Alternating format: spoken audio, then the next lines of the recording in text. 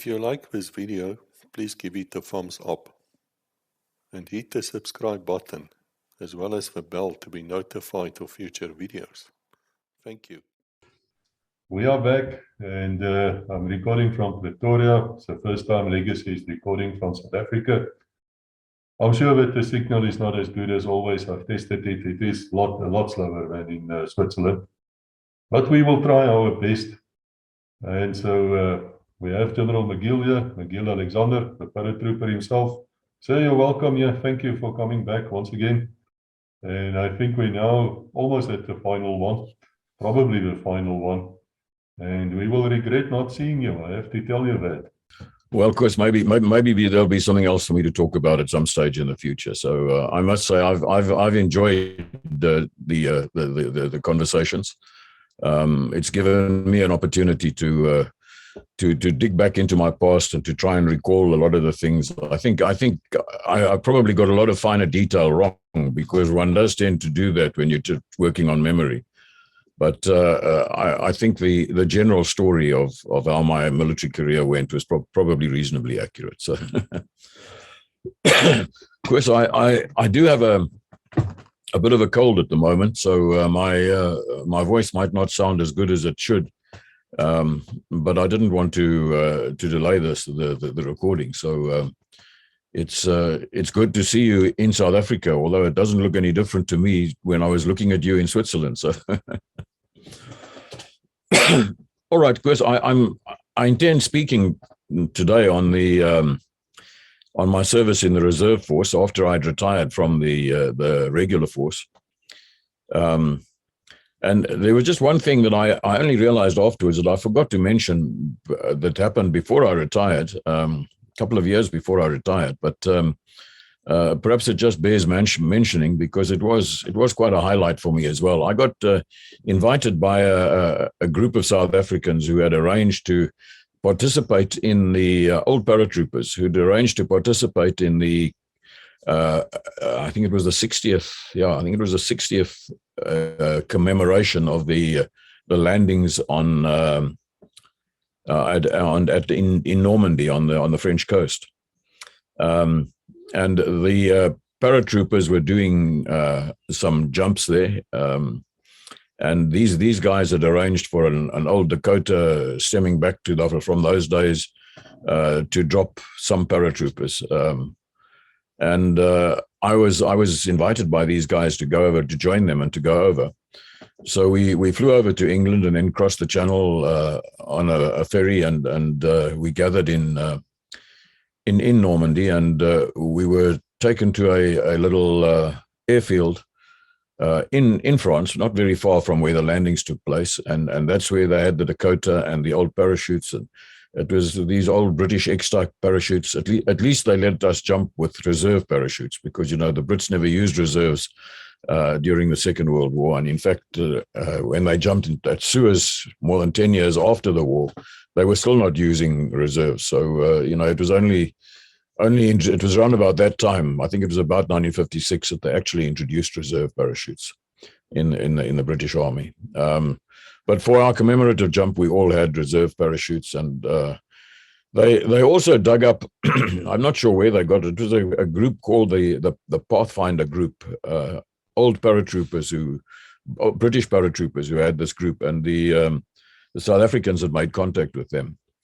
And they seem to have sources for all sorts of things. They must have had to be able to arrange the Dakota and the parachutes. And they dug up old uniforms from that time as well. So we had to all get dressed in our uniforms, and they got rank insignia from that time. And they came to me very, very concerned, and they said, "Look, we want everybody to wear the right rank that they are, but we can't find any brigadier general's rank in the British Army." So you know, so I said, "No, you won't, because it's a brigadier. So just give me a brigadier's rank to wear." So they said, "No, we don't. We've actually got all the stuff now, and we don't have a brigadier general's rank. We've got a major general's rank that you can wear." So I said, "Well, you know, that would be a bit impertinent of me, but at least I know that in South Africa, the the rank of a brigadier general looks like the old rank of a major general with the star and the crossed swords, sword and baton. So anyway, I put on the British Major General's rank, which didn't look very different from our Brigadier General's rank. And a camouflage smock and the old scratchy battle dress trousers and so on. And they said to me, now what about boots? So, well, with due respect, and I know the Brits never used brown boots, they wore black boots.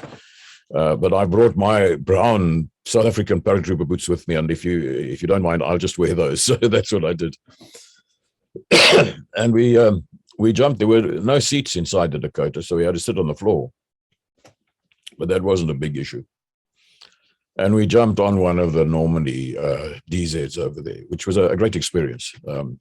Everybody who jumped was dressed up, as the paratroopers had been dressed for that actual thing. The big difference, of course, was we jumped in the daytime, and during the actual operation, they jumped at night.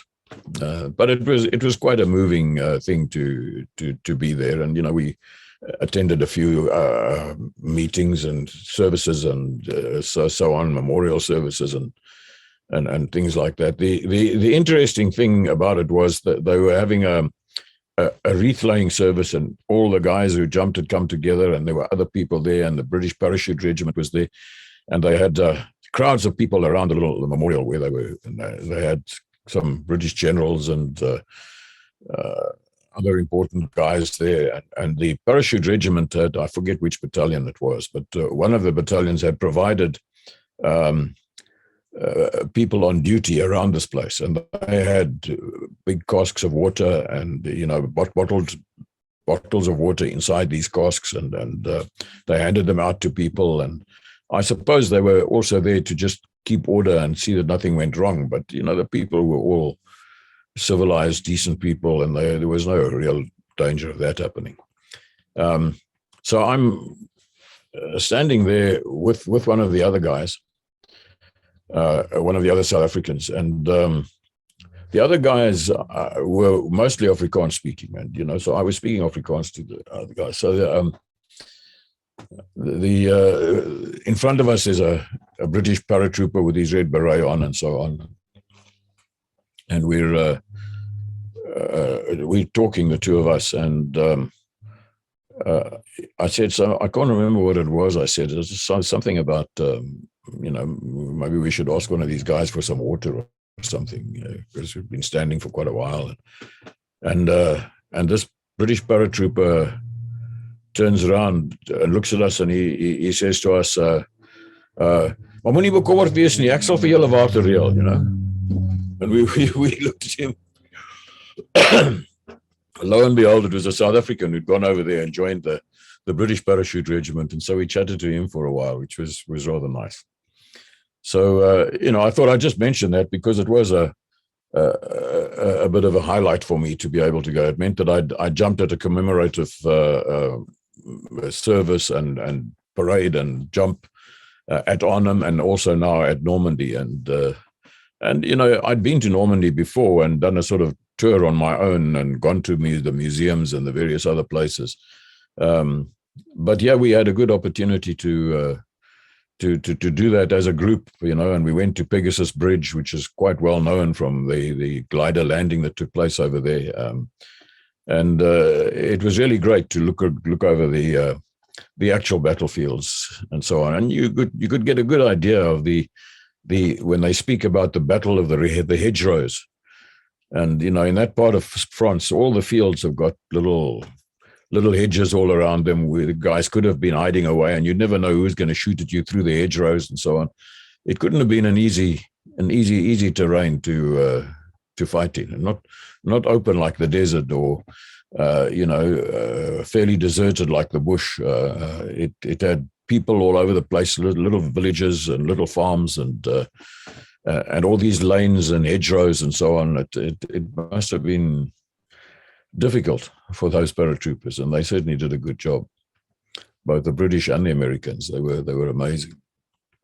Anyway, I thought I'd just share that because that was a nice little highlight about the my last few years in the military. So last time I spoke about how the paratroopers in Bloemfontein arranged the birthday celebrations to coincide with my retirement, and I took the salute at the Trooping of the Colour, and they arranged a last jump for me. And it was with a really good feeling that I left. At the dinner that was held for me that evening, after the Trooping of the Colour parade, there were people there from all over the place, from the Citizen Force battalions, from Special Forces, from Chief of Joint Operations, which is where I was working at the time, and of course from the Parachute Regiment and one paraban, my old unit where I gained all my regimental experience and my basis as a soldier. And they gave me some of the most wonderful gifts. It was actually quite amazing, the stuff that they gave me. So, you know,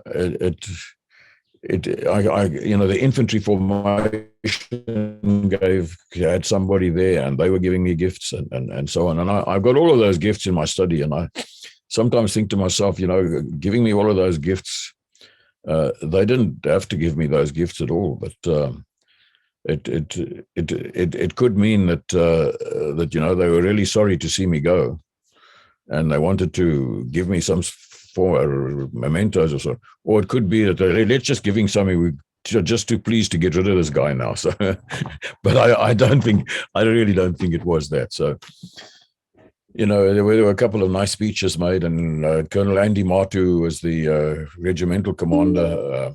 He gave a very nice speech, and so I really appreciated that. So, but it wasn't the end of my military career, because I'd been working on this project Cleopatra for the resuscitation of the airborne capability in the military. And it was quite a complex project, because on the one hand, because I was sort of doing it while I was doing other work as well. But on the other hand, because it meant that I had to liaise across the headquarters in Pretoria with the artillery and the anti-aircraft and the engineers and the logistics people. With all of them, I had to liaise with them to sort of work out how they would be able to resuscitate an airborne capability within their ranks, so that we could, you know, move forward with a greater organization. And I was essentially doing the investigation or the project on my own. It also entailed a lot of traveling to the units. You know, the anti-aircraft were in Kimberley, the paratroopers, infantry paratroopers were down in Bloemfontein, the gunners were in artillery, the gunners were in Potchefstroom. You know, the logistics people, these are people on the ground, you know, they've got the units, and they've got to explain to me now, how would they be able to adjust these things. And of course there was resentment too, because you know, this this project that I was busy with had been instituted by Chief of Joint Operations, because I had done my investigations prior to that as a member of Chief of Joint Operations, and I'd presented my findings to the Chief of Joint Operations. And he was the one who persuaded the Chief of the Defence Force to institute the project. And later he became the Chief of the Defence Force. So he was keen that the project should move forward. And the Army, I think, were feeling, certain people in the Army were feeling very resentful about it, because they had their own ideas of where they were going. And the Army, of course, is no longer responsible for operations. They were responsible for training. They had to do force preparation, and force employment was done by Chief of Joint Operations. And I'd made it very clear to the Chief of Joint Operations that he cannot, doesn't matter what the Army tells him, he cannot rely on an airborne capability, because they've only got a couple of companies who can jump out of an airplane. They've got nothing else. They've got no command and control system. They've got no logistic backup. They've got no proper doctrine in place. It's just a mess. They think that you just jump out of an aeroplane and you can now do an operation. And you know, the story that one major general had tried to spin at the symposium that I attended, where I presented a paper about the employment of the paratroopers and the need to have a proper headquarters in place with a proper command and control setup and proper logistic backup. And he brushed it all aside and said, no, we don't need that. We'll put together a headquarters in a day or two, and we'll be able to do any operation that we have to do. You know, and he was prancing around with a wing on his chest. He'd done the parachute course, but he'd never ever served in a parachute unit, and he'd never ever been involved in airborne exercises. He had not the vaguest concept of what an airborne operation entailed. But he was a major general, so he could sprout forth about these things. Anyway, I made it very clear to Chief of Joint Ops. I said that major general is from the Army. They've got their own plans that they're trying to implement, and their own agenda that they're pushing. But if they tell you that you've got an airborne force at your disposal, I'm telling you that you don't have. And so that was bound to cause friction between me and the Army. And so it did. And so it was a sensitive sort of thing.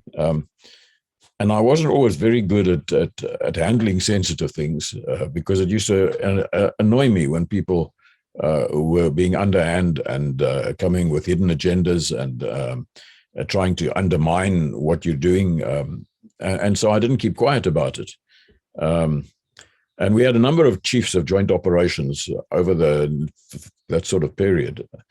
Some of them had no clue what we were doing. Others were fairly supportive. Others were indifferent. But General Ngwenya, fortunately, had been very, very specific and keen that this thing must be pushed through. So I knew I had the backing of the Chief of the Defense Force. So, you know, if they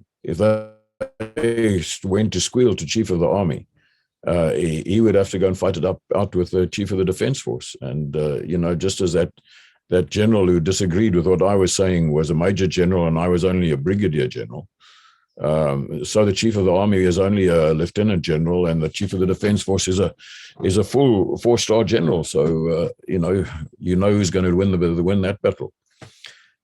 Anyway, I was getting close to my retirement. I had a few weeks to go. And the project wasn't anywhere near to being completed yet. And so I went to see the guy who was the Chief of Joint Ops at that stage, and I said to him, look, sir, in a few weeks' time, I'm going to be gone.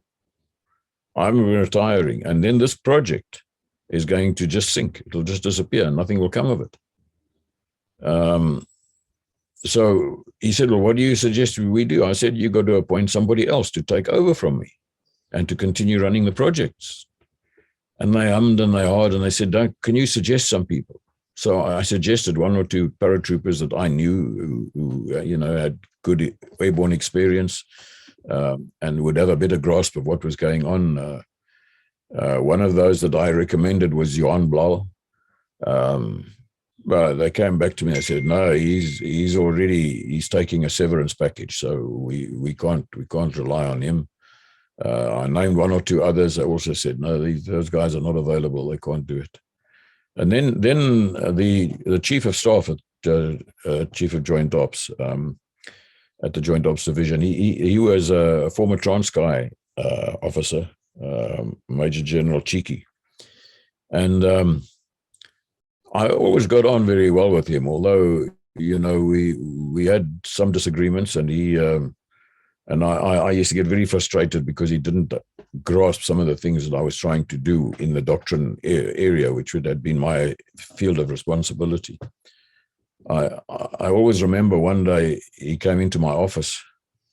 He was a very friendly guy. He was an ex-Transkei Defence Force guy, and he was a very friendly guy. And you know, I got on with him quite well, even though I was frustrated with him at times.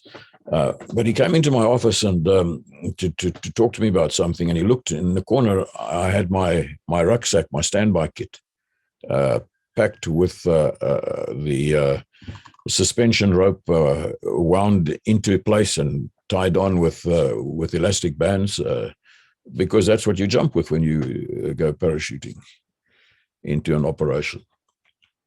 He looked across it and he said to me, "What's that?" I said to him, "So that's my standby kit."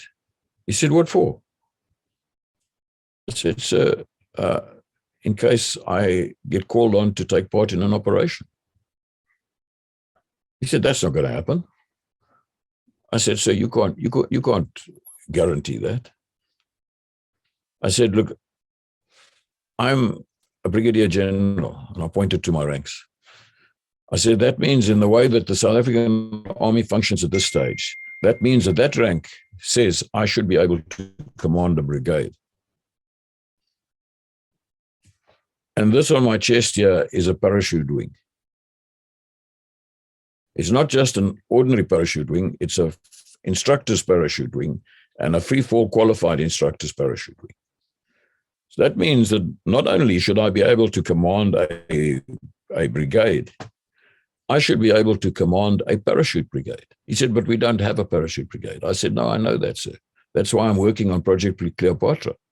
But the fact is, if there's a parachute operation to be carried out and they're looking for a commander, I can go this afternoon.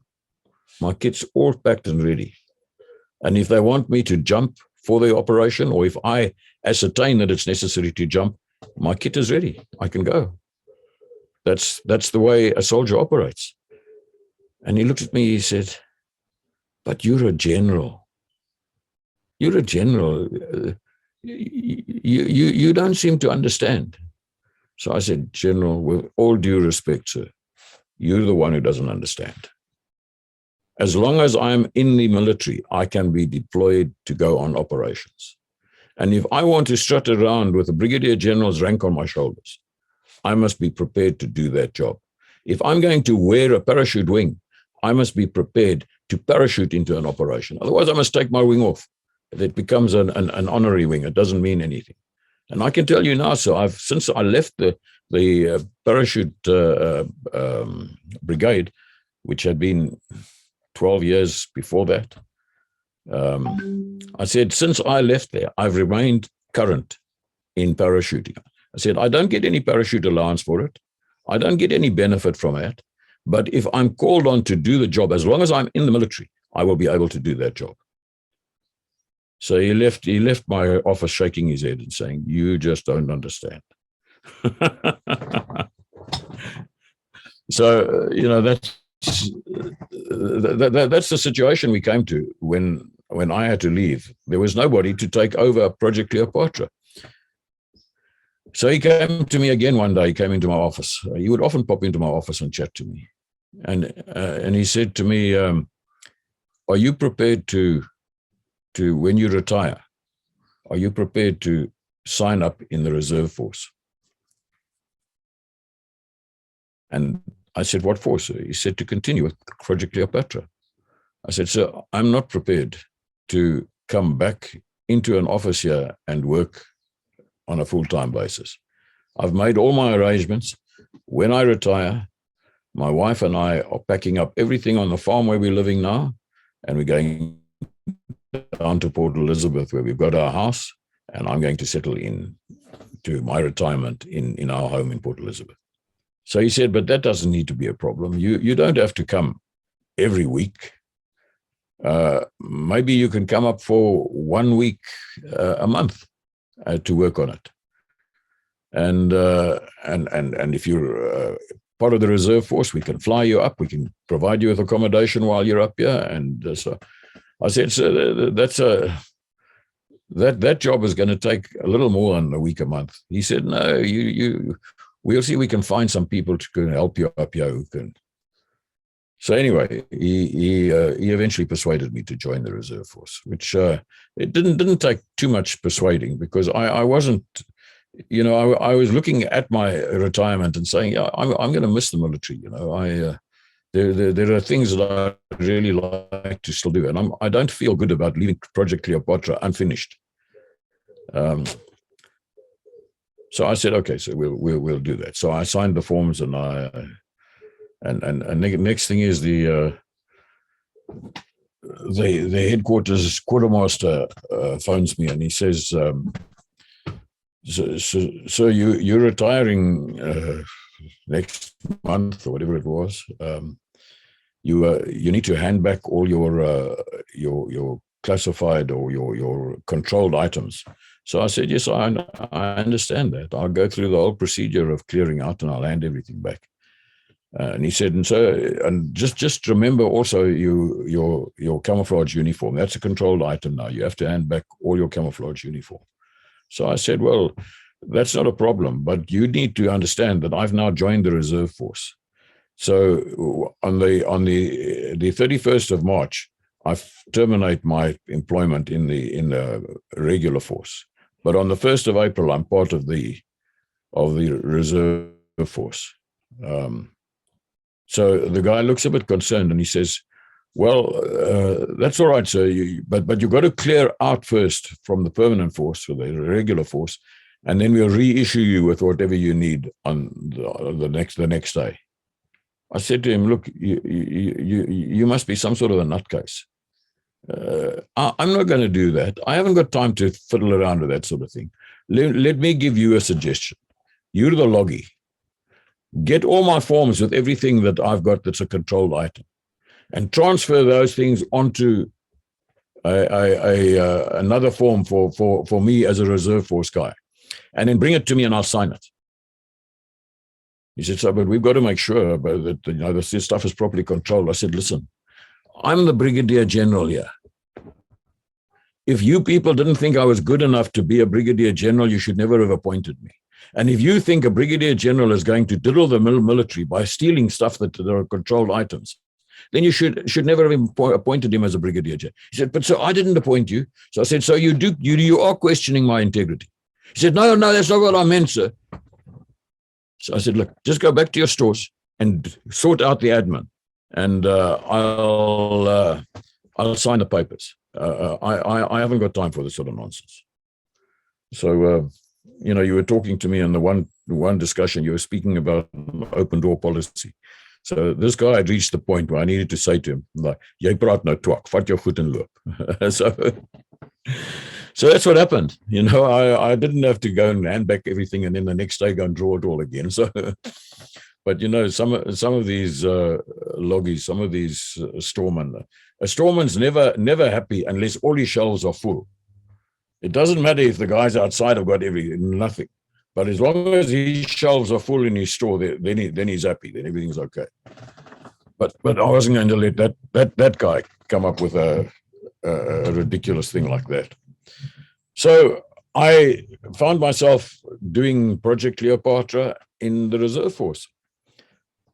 Nothing really changed except that I was now living down in Port Elizabeth and had to fly up to Pretoria or wherever else I needed to do some work when it was necessary. I found very quickly, that the story of one week or a few days every month, it just wasn't going to work because I had to convene meetings, I had to run meetings, I had to make appointments to see people, and they're not always available in the same little week that you want to fit it in. So I ended up, I think that they allowed you 180 days, that the reserve force guy, maximum that I could be called up for 180 days a year.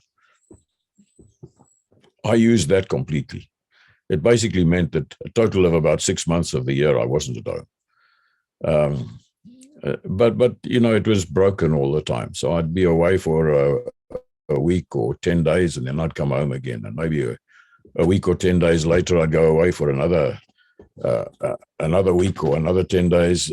Because one of the other things that was happening was there were exercises taking place. Some were airborne exercises, some were mechanized exercises with an airborne element in them.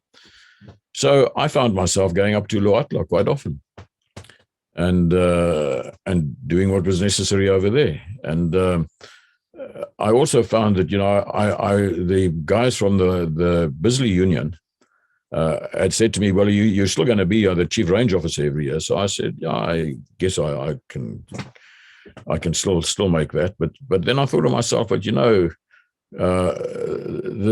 it's also the Defence Force shooting championships that are taking place at the same time, and it's a Defence Force range. And so I went to see the Chief of Joint Ops, and I said to him, well, can I be called up? I mean, I'm in the reserve force now, and they want to appoint me on a range order to run the Bisley Championships at the Brug. Can I be called up? Were you prepared to sanction that I get called up to attend those?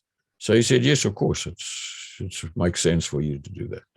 So that was rather nice. And I ended up serving in the reserve force for about 7.5 years. In actual fact, you're supposed to retire. From the regular force, you have to retire at 60. From the reserve force, you have to retire at 65. So that meant I could continue for about 5 years. In effect, I was there for about 7.5 years, because anything over the 60 or the 65, you could get ministerial approval to be called up for a longer period. So Joint Ops got that ministerial approval, and I did an extra 2.5 or nearly an extra 3 years in the reserve force. And working on Project Cleopatra until we had basically finished it and handed it over. But by then, one of the recommendations that came out of Project Cleopatra was that a new airborne doctrine will have to be written, because the airborne doctrine that we had been compiled by my predecessor at the brigade as SO1 Ops, Jos Rabi, had done that in 1980. What was it? 88, I think. I think it was about 87 or 88 that he finished that. No, it was before that. Must have been about 85. About 85, 84, 85 that he finished that doctrine. So we're now sitting in, 20, nearly 30 years later, and we're still using that doctrine. The aircraft have changed, the parachutes have changed, the weapons have changed. Our whole approach had changed from one of preemptive strikes to peace support operations, humanitarian operations, but still we had to include the possibility of more aggressive belligerent actions, offensive and defensive. So the doctrine really needed to be rewritten, and we'd held a lot of exercises, and we'd learned a lot of lessons, and most of those exercises I'd attended. I'd run some of them when I was brigade commander, but subsequently I was sent on as an evaluator on most of the exercises that took place, and I kept notes of everything. So there were a lot of things that needed to be changed in the doctrine.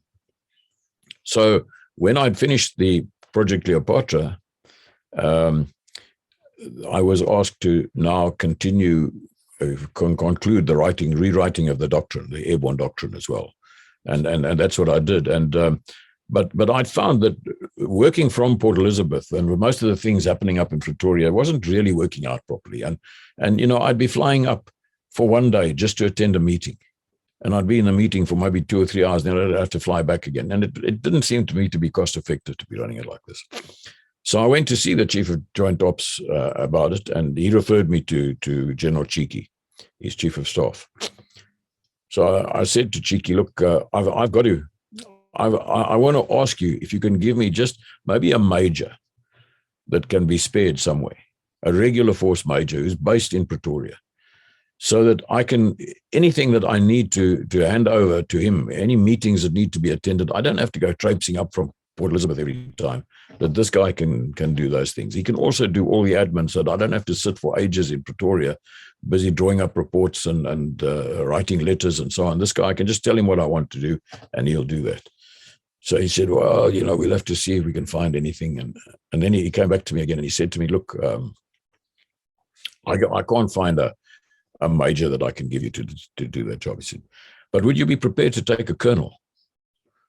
So I said, well, General, it depends on who the colonel is. So he said, no, look, we've got a group of officers. One was a major general, and there were several colonels with him. They had been bypassed with the affirmative action policy.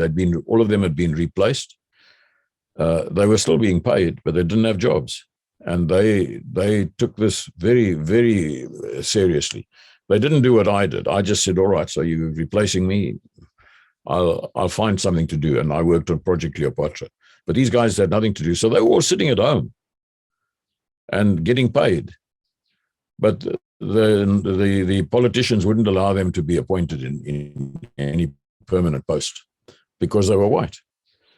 And I was looking for a guy, I couldn't offer him a permanent post, but I could offer him lots of work to do. So I said, who's the colonel you've got in mind? So he said, well, he's quite a difficult colonel and so on. So I said, well, General, you don't have to worry about that. That would be my problem. If he's okay, if I think he's suitable to do this job, I'll handle the difficult part of it. So he said, yeah, it's Colonel Vion Harting. So I said, I'll take him. So he said, but you know he's a difficult guy. I said, listen, he was my chief of staff in the 44 Parachute Brigade for a year. My last year there, he was my chief of staff. I know the man very well. Prior to that, he'd been the OC of the air supply unit. And prior to that, he'd been our headquarters unit commander. So he's a person who knows the parachute setup. And he'd commanded a company in one Parachute Battalion. He had a considerable operational experience. He wasn't a fool. I mean, he was a graduate of the academy. And I knew Vion very well. So, I said, so he said, yeah, but he's got a grudge against the Defence Force. So I said to him, General, be honest now. There are probably very few white officers in the Defence Force at this stage who don't have a grudge against the Defence Force, because you guys have treated them pathetically. In fact, you treated me pretty badly. So he says, no, but it's a policy and affirmative. I said, I understand what it is. But the fact is, you're taking people with competence, with skills, with experience, and you're chucking them out, and you're putting incompetence in their place. What do you think they're going? How do you think they're going to feel? Of course they're going to. Anyway, so he gets Vion to come in, and now Vion is, and he calls me into the office as well. Now it's Cheeky and myself and Vion, and Vion was really aggressive. He said to him in no uncertain terms, he said, unless you give me a post that is a recognized post, I'm not coming to do your dirty work here. So Cheeky looks over at me, as if to say, you see, I told you what a difficult character this is. So I said, Vion, I can't offer you a post. I don't have a post. But I'm doing a job, and it's a job which is important to me, and I think you're the sort of guy who would be able to do that job, to be able to help me with it.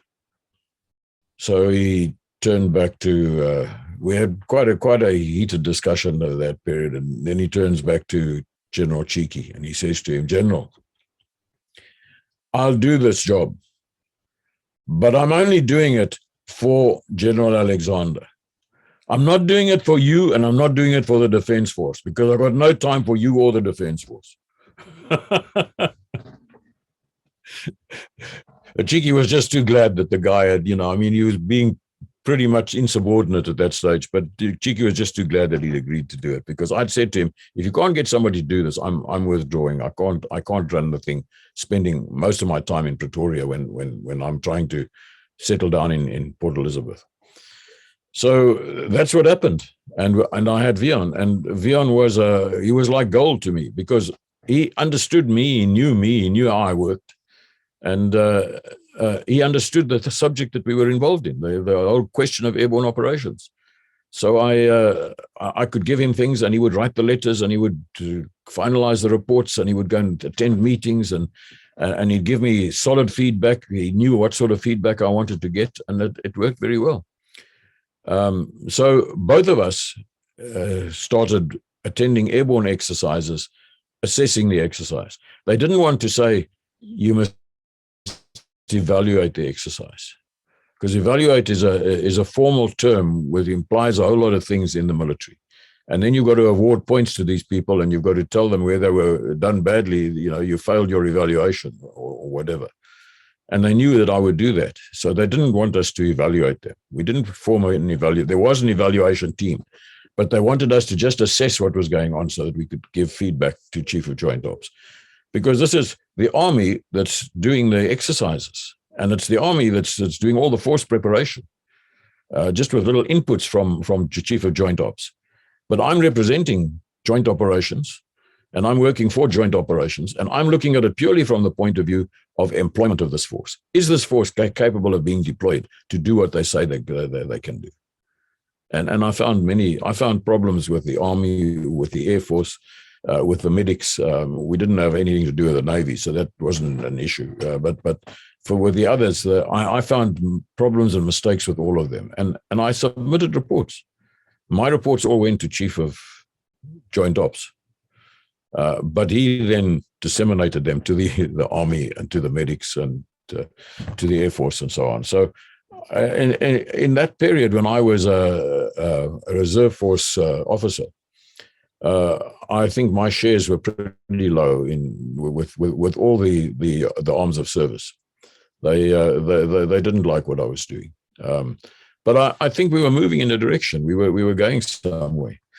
And with the writing of the Airborne Doctrine, we did it through workshops.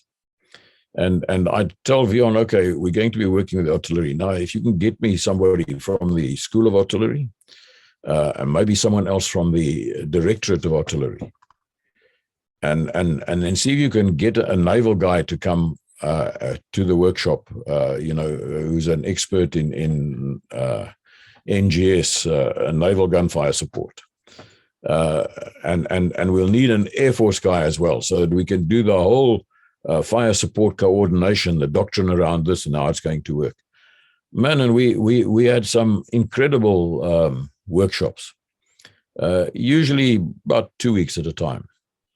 And where we did most of them, we did it at a place called Higus Post, which is on the Longabaan Lagoon. It's a little area that has been fixed up by 4 Special Forces regiment, and it's a sort of a holiday spot for them. It's I think 4 or 5 little cottages, and sort of thatched roof cottages with a thatched roof hall and a kitchen and all the rest of it. And we would go through there and we would prepare our own meals. We just buy whatever we needed for it. And we'd stay in the little cottages and we'd work in the hall, right on the beach, quiet area. Nobody could bother us. You could only get there a long detour through the West Coast National Park by vehicle. And then you'd have to pass through a military control point to get into the area, the Donkergat area. Or else you had to come by directly over from Longabaan, cross the lagoon on a boat. So we were very isolated there, and we could spend those 2 weeks there just focusing on what we had to do. And I would venture to say that the product that we came up with at the end of this time, we finished up, I think it was in about 2014, 15 that we did our last workshop. And the final product that we put together, I think it was it's probably one of the best, well thought, most carefully thought out airborne doctrines anywhere in the world. And then I left. I was then finished up with the reserve force. That wasn't as dramatic as when I retired from there wasn't another parade and all the rest of it. I just, when Vion came down to the last workshop, he brought a couple of little mementos. He said, these are from Chief of Joint Ops. He just wants to say thank you for the work that you've done, because we know you're finished now. You're not going to be coming back again. So the report on Cleopatra was sent in, and the doctrine was sent in. And then I was out. I was gone. I no longer had contact with what was going on. Vion would phone me occasionally and give me a little bit of news and so on. But other than that, and that was, I think it was 2014. But, that's, what's that, 7-8 years that have passed by now since then. So I'm a bit out of touch with what's going on in the military now. I couldn't tell you much about what is going on in now.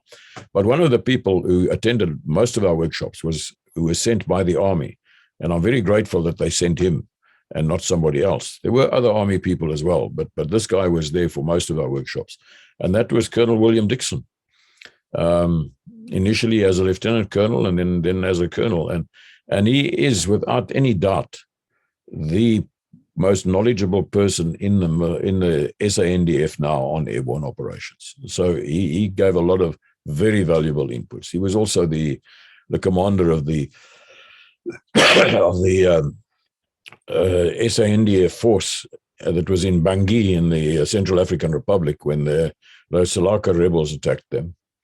And he proved to everybody there just what a competent combat officer he is, and how well he handled that situation, which was a bit of a nightmare situation, but he certainly handled it extremely well. So that meant that my military involvement had now come to an end. During this time when I left, I quickly realized that I might be 60 years old, but I don't feel old and decrepit. I don't feel as though I'm ready to retire. So I started looking around for other jobs and see if I could find something else to do. And there was an international Christian humanitarian organization that was looking for somebody to run their operations. So I, sent in my CV to them and so on, but they didn't seem to think that it would be appropriate for them to appoint a retired military man. They felt it would send the wrong sort of message out. So that was that. And then I was approached by someone who referred me to one of my old battalion commanders who served under me. He referred me to a gold mining company. He said they've got issues trying to handle, to run their top staff and their operation that they're doing in Africa. It was a Canadian company, gold mining company, with their offices in Pretoria, in Joburg, but they were doing mining operations in different parts of Africa. And so I went to see them, and the CEO of their African operations said to me, he sketched to me what their problem was. And when he'd finished, I said to him, you basically need a chief of staff. So you can focus on the actual operations, but you need somebody who can coordinate what's going on with all the people under you. He said, well, that's exactly what I'm looking for. So he said to me, will you draw up a presentation on how you think you could handle this issue? So I did, and I drew it up and I presented it to him. He was very excited about it. He thought, this is great. So he took me up to Tanzania, to Dar es Salaam, because they had quite a few mining operations in that country. And I had to brief some of the people over there, and the mining managers came in from all the different mines, most of them South Africans. And they were really thrilled. They said to me, this is going to be great. Now we can get some order in what's going on up at the headquarters, so we can, on the ground, we can do the things. Because I didn't need mining knowledge to be able to do what was required. I just had to be able to coordinate the various branches, the finances, the logistic backup, the people who are in charge of doing the actual operations, all of that sort of thing. I would have to visit the mines and go around and spend time with them and so on. But generally, I had nothing to do with the actual running of the operations. I just had to make sure that the headquarters functioned the way it should. And I could see from a military point of view, you can't run a headquarters like this with the CEO trying to do oversee the line function and oversee the staff function. It seemed to make absolute sense to me to do something like that. So everyone was very excited about it. And then the Canadian head of personnel came out to Dar es Salaam, and he held an interview with me. No, he said he felt that I would be too assertive and that I would start undermining the CEO. So I said to him, look, I've been a chief of staff. I understand what the job is as a chief of staff. As a soldier, if I'm given a particular post, my boss, he didn't like that. But as a Canadian who, always politically correct and so on, he disapproved of my military background anyway. So much for that job. So, I was realizing it isn't quite as easy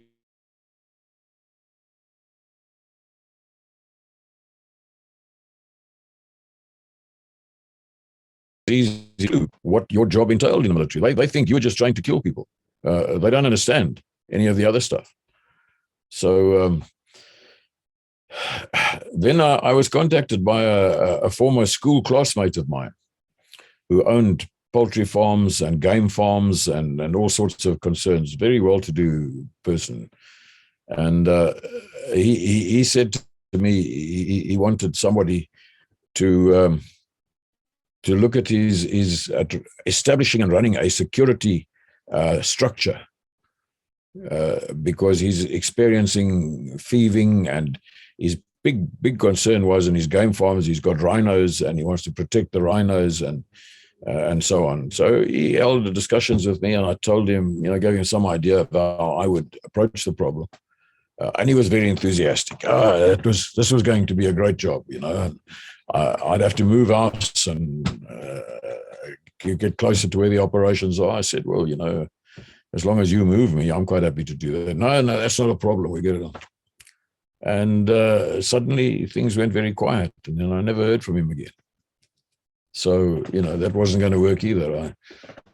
I have no idea what the problem was, but obviously there was a problem. So, I was learning quite a few lessons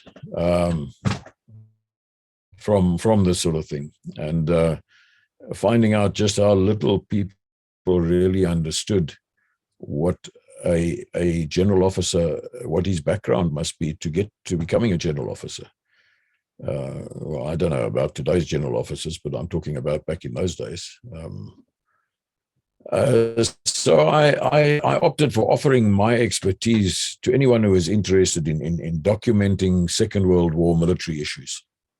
And I made it known, I put out things on LinkedIn and Facebook and so on, and said, anybody wants. And I did get some remuneration for advising filmmakers, mainly on period uniforms and insignia, that they would use the right stuff and not get it wrong as to what was worn in those days and so on. But it was minimal. It wasn't going to be, obviously it wasn't going to be a viable sort of source of income. But then I was contacted by the founder and the head of an organization known as Shoot Systems. But I'm going to discuss that a little later on, because there were quite a few things that happened to me before that happened. Amongst others, our youngest daughter, Christine, she had been involved in drugs, and it just got worse and worse. And it eventually, it was a nightmarish time for us. I don't want to dwell on that, but it was really the low point of my whole existence. But it culminated in her going to Noupoort, the rehabilitation center, the Christian rehabilitation center at Noupoort. She spent a total of 13 months there. She was constantly in trouble. She had all sorts of problems there, but she rededicated her life to Christ, and she turned around. And whatever criticism one might have for Noupoort, I have got to give them credit for turning her around. And she's now been clean of drugs for 10 years. She has her own, she's married, she has 3 children. Until COVID struck, she was running, and she and her husband had invested in purchasing this guest house in Vicksburg in the Free State. But all guest houses, there was no further income, and they couldn't maintain the payments and so on. So they lost that. And it's very worrying for us now to have a daughter who, who's really battling to make ends meet. She and her husband to move to one of the cities I said to them, I don't think you're going to find jobs in honor cities. Try and think of something to do in the country where you know the people, you know the systems, you know the community. You've been there for, I think they've been in Vicksburg for about 8 years or so already. So, you know, they're pretty well established there. So that's what they're trying to do now. But it's a struggle, and it's a source of concern for us. But you know we're not alone with this, because there are lots of families who've lost everything with us as a result of COVID. I did a lot of writing after I retired. I wrote 2 and a bit of autobiographical memoirs that I put together. One was about my service as a paratrooper rifleman back in 1967, 68. When things were not only different from what they are now, they were different from what they were at the time that I was, nearing the end of my permanent force service. So I wanted to. I'd kept a diary throughout my time in the military then, so I had a lot of source material, and I tried to bring it into context with what was going on in the world at that time. The second one I wrote was about the attack we did on the little town of Chitado in Angola. It was a particularly impressive operation for me, because it went so well, and we had so much good intelligence, and we were able to plan the attack very carefully and accurately.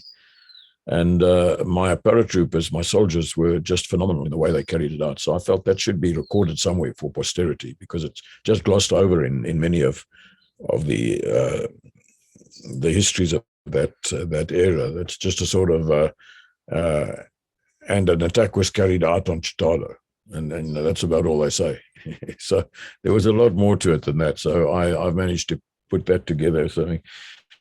And then the one that I haven't, I've never got around to finishing yet, was my attendance of the Chilean Commando course, which I felt deserved a little book of its own. But I haven't published any of these. I've written them mainly for this, so that my grandchildren and their descendants, if they want to know at one stage what was their ancestor doing in those terrible apartheid times and so on, they can have a look at this and get some idea of what I was doing. So, but I'll get around to working on those things a bit more. Also, I'm reticent about publishing things, because some of the things that I said about some people, I could find myself in court for libel.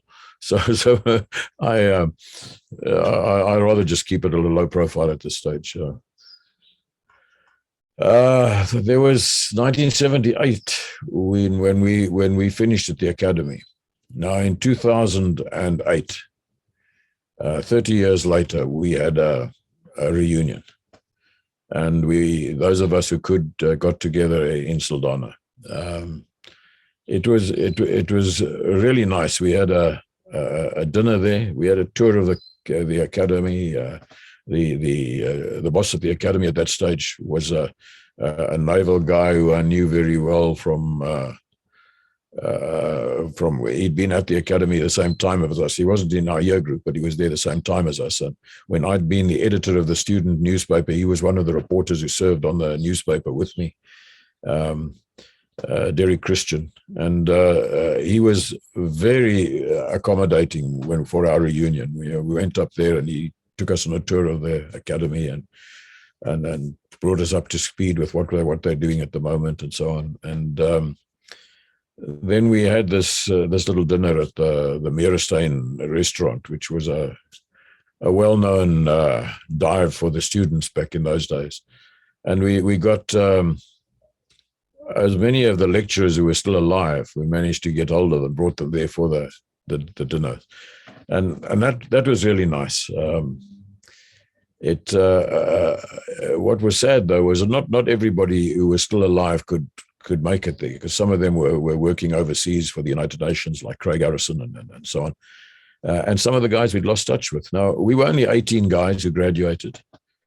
6 of those 18 have died that we know of, but there are another 4 that we've lost contact with. And for all we know, they may have died as well. So, there's only really 8 of us left from that group who are still in occasional contact with one another. And, maybe one day we'll have another reunion, see if maybe we can trace some of the missing guys.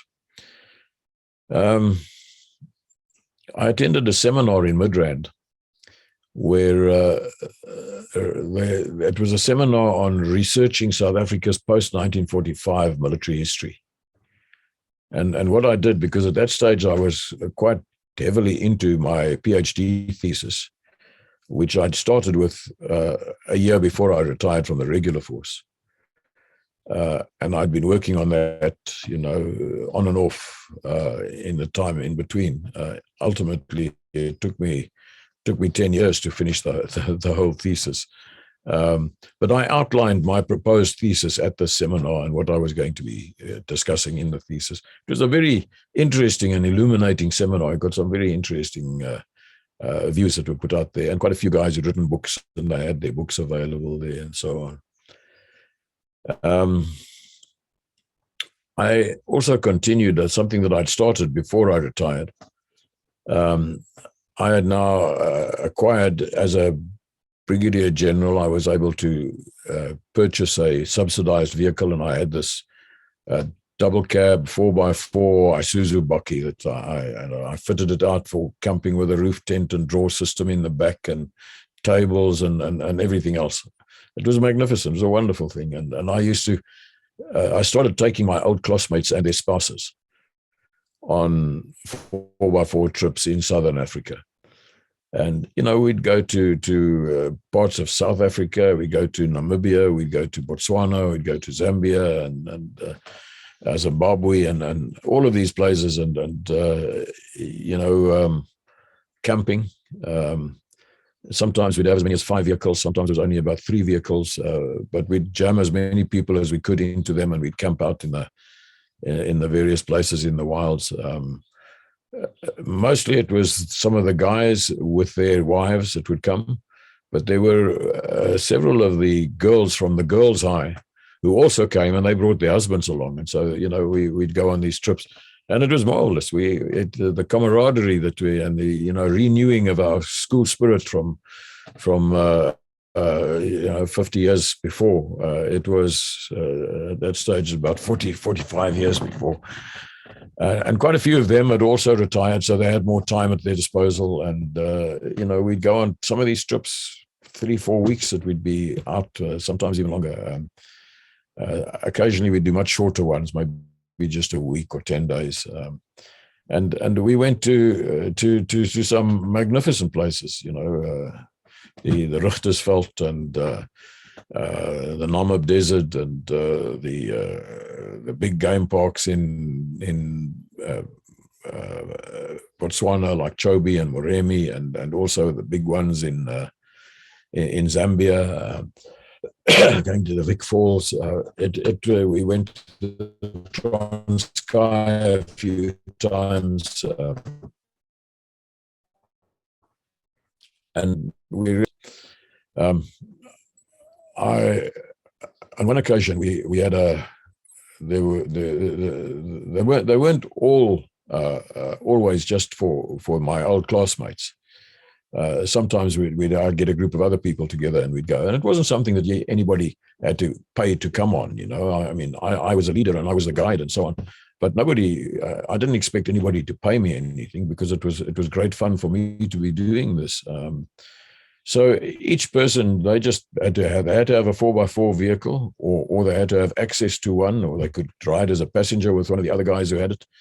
And they must bring their own food and pay their own petrol, and then we'd go off, and we had some amazing trips like that.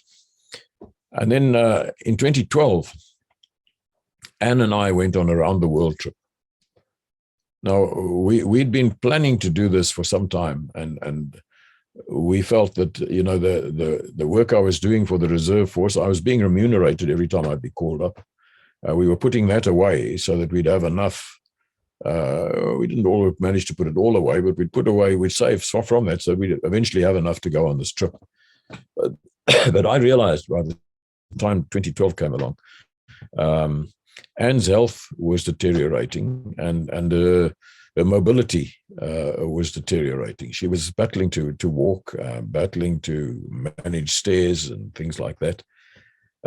So we decided we'd rather borrow some money from the bank and go on the trip now, and then pay it off afterwards, because otherwise, if we postpone it until we've got all the money we need, we won't go on the trip, because Anne won't be, she can't changing aircraft and going to stay at different places and all the walking that's entailed and visiting places. She wants to see the places as well, and some places you've got to be able to walk to. So while she's still able to do that, we decided we'd go.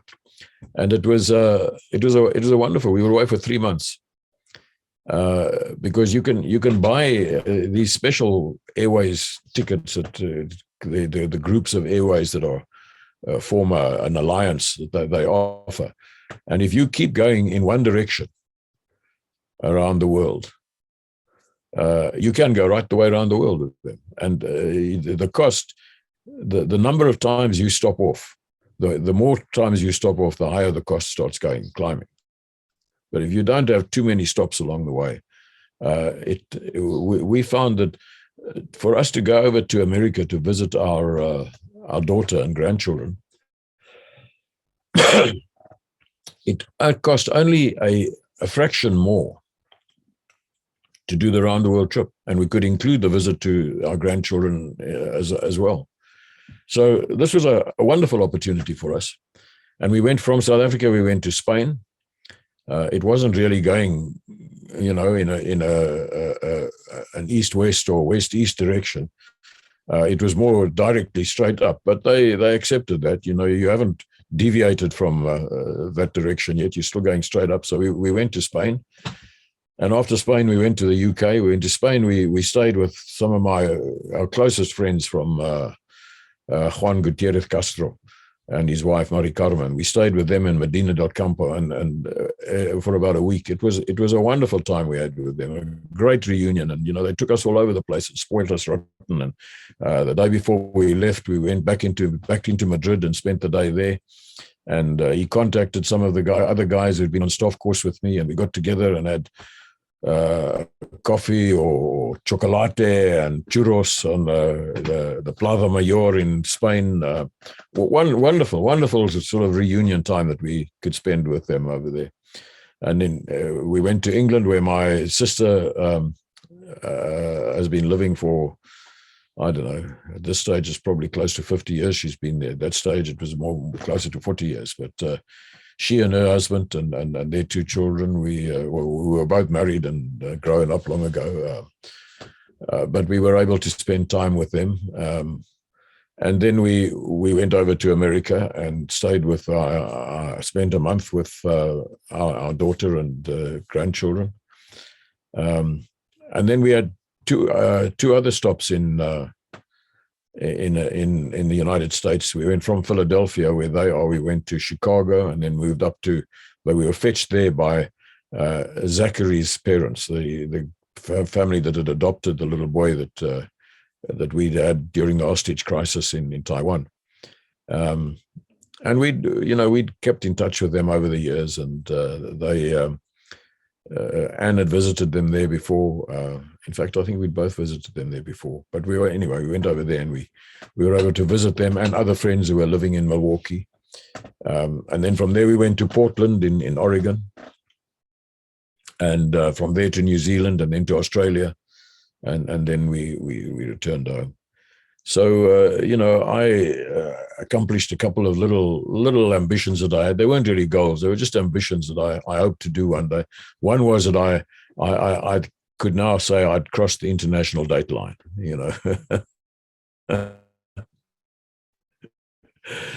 So that was quite nice. The other was I was able to go hiking with my sister in the Lake District. She and her husband took us up there for a week, and we had a lovely time up there. And what a magnificent area to hike in! We just wonderful. And also, when we were visiting our friends from Taiwan who were living in Oregon, in a sort of area, a retirement area, in the mountains. The husband took me cycling, which was wonderful, and the wife took me on a hike through the Cascade Mountains. Really something special to do that. I mean, Oregon is an amazing state. It's really, the beauty there is. And then Anna and I were, the day that we had to fly out, they had to go somewhere else as well, and they took us to Portland, and they flew out and left their car with us. And we took the car and we went up the Columbia River, the valley, and visited places and waterfalls. And what an amazing opportunity that was. You know, we were able to explore, and couldn't do much because there was a bit of walking involved, but I was able to explore parts of North and South Island when we were in New Zealand, and we stayed for a while with my good friend James Hills. He and his wife farming in New Zealand, and it was really great to spend time with them again, because they're very close friends, family friends of ours. And then another little ambition that I managed to achieve was when an old school friend of mine who lives in Brisbane in Australia, he and his wife Elaine took us up, Barry DeVette, he and his wife Elaine took us up to the north of Queensland, and we were able to go snorkeling on the Great Barrier Reef. So, you know, that was something special to do that as well. So that was you know, I was able to tie up with several of my military friends when we went on this. There were a lot of other places we would have liked to have gone to. But, you know, as I say, we had to stick within what we felt was an affordable budget. And those, I think it was 5 or 6 stops that we had. It was about as far as we could go. If we'd opted on 10 or 12 stops, the ticket would have got out of our reach. It would have been just too expensive. Then a friend of mine from school, Basil Kletz, very good friend of mine. He's an amazing man. He's a dentist by profession, but he's an ultra sportsman by choice. He spends all the time, not so much now anymore. These days, he spends most of his time playing very competitively in bowls, but he's always been a very competitive guy. But he had represented South Africa in, I think, 4 or 5 different ultra sports, you know, triathlons and biathlons and I forget what they're all called, but all that sort of thing. He really is amazing with that sort of thing. And Basil will run and he'll cycle and he'll canoe for kilometers, for hours, for days if necessary. He's just amazing at what he'll do. But one thing Basil won't do is he won't walk. You can't get him to walk anywhere. He won't walk 200 meters. He doesn't walk, but he'll run 40 kilometers, and he'll paddle 100 kilometers, and he'll cycle 200 kilometers. That doesn't bother him. I think he did 20 different Ironman competitions from the first Ironman that was held in South Africa. He did every one for about 20 years. He's just incredible. But as I say, he won't walk. So one day, it was about a year after I'd retired, I get a phone call from his wife, Carolyn. She says, Mac, a group of us, four of us, booked to go on the Otter Trail, to hike the Otter Trail. But one of them has had to pull out. And so there's just the 3 of us now. And we were wondering whether you wouldn't consider coming with us on a hike. She says, we haven't really done much hiking ourselves. You know, we would appreciate some inputs from you as well. But would you consider coming with us? So I said, you know, when they first introduced the Otter Trail, I think I was working for the Exploration Society at that stage. It was in the early 70s, I think they first introduced the Otter Trail. I've always wanted to go on the Otter Trail, and you have to book a year in advance. That's how popular it is. And being in the military, there's no way I could book for something a year in advance and think that I'd still be available when the time came. So I just never went on the otter trail. And so I jumped at the opportunity. So I went with them on the otter trail. And it was wonderful. And they were a wonderful group of people. Sid and Leanne and then Carolyn and myself. And we really got on so well. And Sid then dubbed us the Max Marauders. And so Max Marauders became our little hiking group. And they were all from Joburg. And I'd have to join them, and they'd often come down and pick me up on their way to wherever they were going. And every year we would do a long hike, 5 or 6 days of hiking. Twice we did the Otter Trail. We did the Strandloper Trail, which is from the mouth of the Kai River to Ganubi, all along that coastal section. We did the Fish River Canyon in Namibia. We did the Ugrabis Gorge. It's called the Klipspringer Trail, which takes you right down into the gorge below the waterfall and along the river, and then up through the desert on the one side. Wonderful hike. We did the waterfalls of the Wild Coast. I took them, I'd worked out a 4x4 trip going on through the Wild Coast and visiting waterfalls. But most people who come on 4x4 trips don't want to hike. They want to drive. And so, I couldn't, I'd done a bit of hiking there on my own, but now I was with a group of people who wanted to hike. So we went through to the Wild Coast and we went to a couple of different places, and we went on longer hikes in that area. We went on the Mechloding Trail, which is in the southern Drakensberg. We did the Whale Trail. We did the Silver Sands Trail on the west coast. We did hiking in the Baviaanskloof. We did the Tsitsikamma Trail through the Tsitsikamma Mountains twice. Well, I did it twice. They did it once, and I did it with William Dixon and his family on another occasion. And I took them to Lesotho once, and we went to several different places in Lesotho. We did pony trekking at one area, and the others we did hikes that we went on, short day hikes we went out on. We'd often get other people joining us. So it wasn't always just the 4 of us. Sometimes we'd be 5 or 6 or sometimes even 10 people that would go on a hike. But the others were not regular, Some of them came on several of our hikes, but it was just the 4 of us that did all of those hikes. And we really built up a tremendous feeling of camaraderie within our group. But what I must relate is something that happened in the old Transkei. There are some falls that I really enjoy taking the people to, and they're isolated, out of the way, but really impressive falls. One of them is the Tzitza Falls on the Tzitza River. It looks like a miniature Victoria Falls. It's really a magnificent waterfall. I believe they're starting to develop it as a sort of resort and tourist attraction now, which would be unfortunate. But at that stage, when I took them there, I'd taken a lot of people to that place when I was at the Regional Joint Task Force. That's when I discovered these waterfalls, and I used to take people there quite often. And I took this group we went down there, and we went to show them the falls.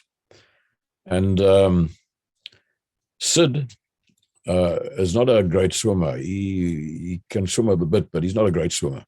He's a big fellow, a bodybuilding type of guy. And his partner, Leanne, is a slightly built woman, you see, slim. And so is Carolyn, small, slim sort of person. So one of the, I think it was Leanne said something to Sid about, I wonder if the water, because we're right on top of the waterfall now, right next to where the water's flowing through between the rocks on various channels and then going over the edge. It's a good 100-meter drop down to the rocks down at the bottom. And the water's rushing through. It's really coming down at quite a rate. And we Sid says, "Yeah, you'll go and check the." She says, "You wondered if the water's cold at this point." So he says, "You'll go and check." And he goes down to the edge of this channel on the rock, and he bends down to feel the water, and his foot slips, and he goes over into the channel of water, and it's flowing tremendously fast. And it wasn't far from the edge, and it's sweeping him on towards the edge. So I run over to him and I say to where he's going now. I see where he's coming down, and I run along the rocks to a spot, and I grab onto some little ledges on the rocks, and I push my feet out into the channel. And I say, I yell at him. I say, grab my boot. I said, grab my boot. And he comes past as he's being washed past, and he grabs and he misses the boot. And he grabs again and he manages to get my boot. But the current was so strong. And there was a tiny little ledge that I was hanging onto, and the current was just pulling him. And eventually it pulled me clear of the ledge. So we're both in the water now, and we're going down. And there's just one end to this. I mean, we're just not going to make it. We're almost at the edge. And Lee and Carolyn come down. They run down to right at the edge, and they flatten themselves against the rocks and stretch their hands out and hold on, and we managed to grab them. Each of us managed to grab one of them. And I tell you, we were about 2 meters from the edge of the drop at that stage. And these two young women, well, no, they're not so young. They were around about our age as well. But Lee was a lot younger. But these slightly built, they drew on superhuman strength. Where they got it from, I don't know. But they held on to us there, and they held on to those rocks, and we managed to climb up and get out. And I tell you, Sid had lost his movie camera. He'd been taking movie shots, and he had a tracksuit with him, and the tracksuit top was gone. And to make matters worse, inside the tracksuit top were his car keys. So they were gone. We were there in 2 vehicles. So I still had the keys for my vehicle that I was driving. Sid's stuff is gone now. So Sid and I go find the path, and we go all the way down to the bottom of the gorge, and we search around there. There's no sign of his tracksuit top. And we when we looked at the rocks down there, if we'd gone over that edge, we would have been absolutely. I mean, we would have been smashed on those rocks down at the bottom. But there was no sign of it was a big pool over there, and the tracksuit must have sunk and gone to the bottom of the pool, and there was no way we were going to get it. So we made our way back up again, and we had to leave the locked car there with all their stuff in it, and we all crammed into the other car and drove back to Umtata. And then he phoned his office and explained to them where they would get a duplicate key, and he told them to courier the duplicate key down to Umtata. And then we went through to one of the resorts on the coast. What was it? I forget now, but it was one of the coastal resorts near Port St. John's, and we overnighted there. And then the next day we went back to Umtata, and the courier arrived at the hotel with his spare key, and we could go back and get his car and drive all back to continue our trip. But it was a hair-raising experience. That, I mean, it was so close. We could have really, Sid and I would have, if we'd gone over, we would have both been dead. There's just no two ways about it. He actually he wrote a little story about it, which was published in one of these outdoor magazines, Getaway or Go, or one of these things. Published the whole story with a few photographs of the area and of the waterfall and so on. With all the writing that I was doing, I was also approached by the Old Boys Society of our school. They turned in 2012. The Old Boys Society turned 100, and they asked me if I would write a history of the school, which I did. It wasn't a lengthy book because I had to do it fairly superficially. They didn't give me a lot of time. I had about 6 weeks in which to do it, but unfortunately I'd done quite a lot of research into the school's background anyway, and I had old school magazines, so I could refer to a lot of these things. And so I wrote this little history of our school, which I was quite chuffed with, and they the Old Boys Society was very pleased with that as well. I also delivered a paper at a special conference held by the Stellenbosch University's History of War, which is generally accepted to have begun with Operation Blauw Wildebeest, which was the attack, the SAP attack on Ungulumbash. But what many people don't realize is there were 10 paratroopers involved as well, and the paratroopers had been attached to the police to help them with training before the operation, and then they'd gone in and participated in the operation with them. In fact, it was, if you broke it down to all the SADF participation, you would find that the pilots of the helicopters, the pilots of the C-130s, the signals personnel, the logistic backup, all of that amounted to just a little bit more than half of the total force that was involved. So it was really a SADF SAP operation that was carried out, but it was done under the auspices of the SAP. At that stage, it was a police operation. And our guys who participated as policemen. They had to all be sworn in and put on they didn't really have a camouflage uniform in those days, so they wore khaki clothes that they dyed and made them look camouflaged, and but they were all now formally sworn in as policemen for the operation. So it goes down as a police operation, but as I say, it was a pretty much a joint operation. So I delivered a paper on this. I've done quite a bit of research for this for my PhD, because from my PhD, I took the view that the war didn't start in 1966 with Operation Blauw Wildebeest. The war was actually a Southern Africa war, which included the Portuguese, the Rhodesians, and the South Africans. And it actually started in 1960 in South Africa, with a Mpondo revolt, which took place in the Transkei, in Pondoland.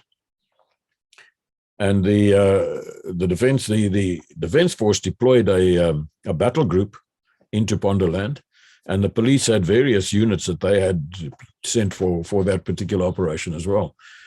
It wasn't a very bloody operation, so there weren't a lot of casualties, although there had been some severe casualties earlier on at a funeral or something that was held there. But I, as a historian, looking at the overall picture, I would say that is where it all started. And then it moved to Angola, where in 1961, in north of Angola, where their problems started. And then it moved to our situation in 1966 in Southwest, and then the Rhodesians and the Mozambique, Portuguese in Mozambique. So, it's generally being referred to these days as the Southern African 30-year War, from 1960 through to 1990, covering that period. In fact, it goes a little beyond 1990 as well.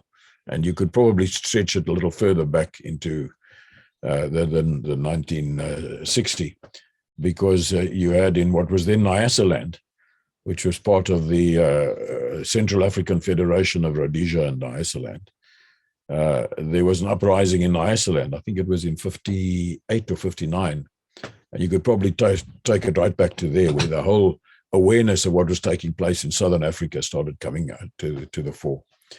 But anyway, it was a good opportunity to deliver a paper like that, and there were a lot of other people, prominent historians who delivered papers there, and there were a number of people from Namibia as well. There was one fellow from Angola who delivered a paper on the FOPLA involvement, and I found myself talking to a lecturer, a woman from the University of Namibia, Lo and behold, she tells me that one of those captured at McGill was her grandfather. So you start finding all these sort of, and I was able to show her some of the photographs I had found, and she said, "Oh yeah, there he is." I wrote chapters for several books about the war, about our bush war or border war. My chapters tended to focus on the airborne side, both parachute and helicopter, as well as a bit of air landed, but all the vertical envelopment type of operations during the war is what my chapters were in or focused on in most of those sort of publications that came out. And then, of course, I completed my PhD 10 years after starting it. So it was in 2016 that I finally, I registered in 2006, and I finally submitted my final manuscript to my final thesis in 2016. And it was, it took me,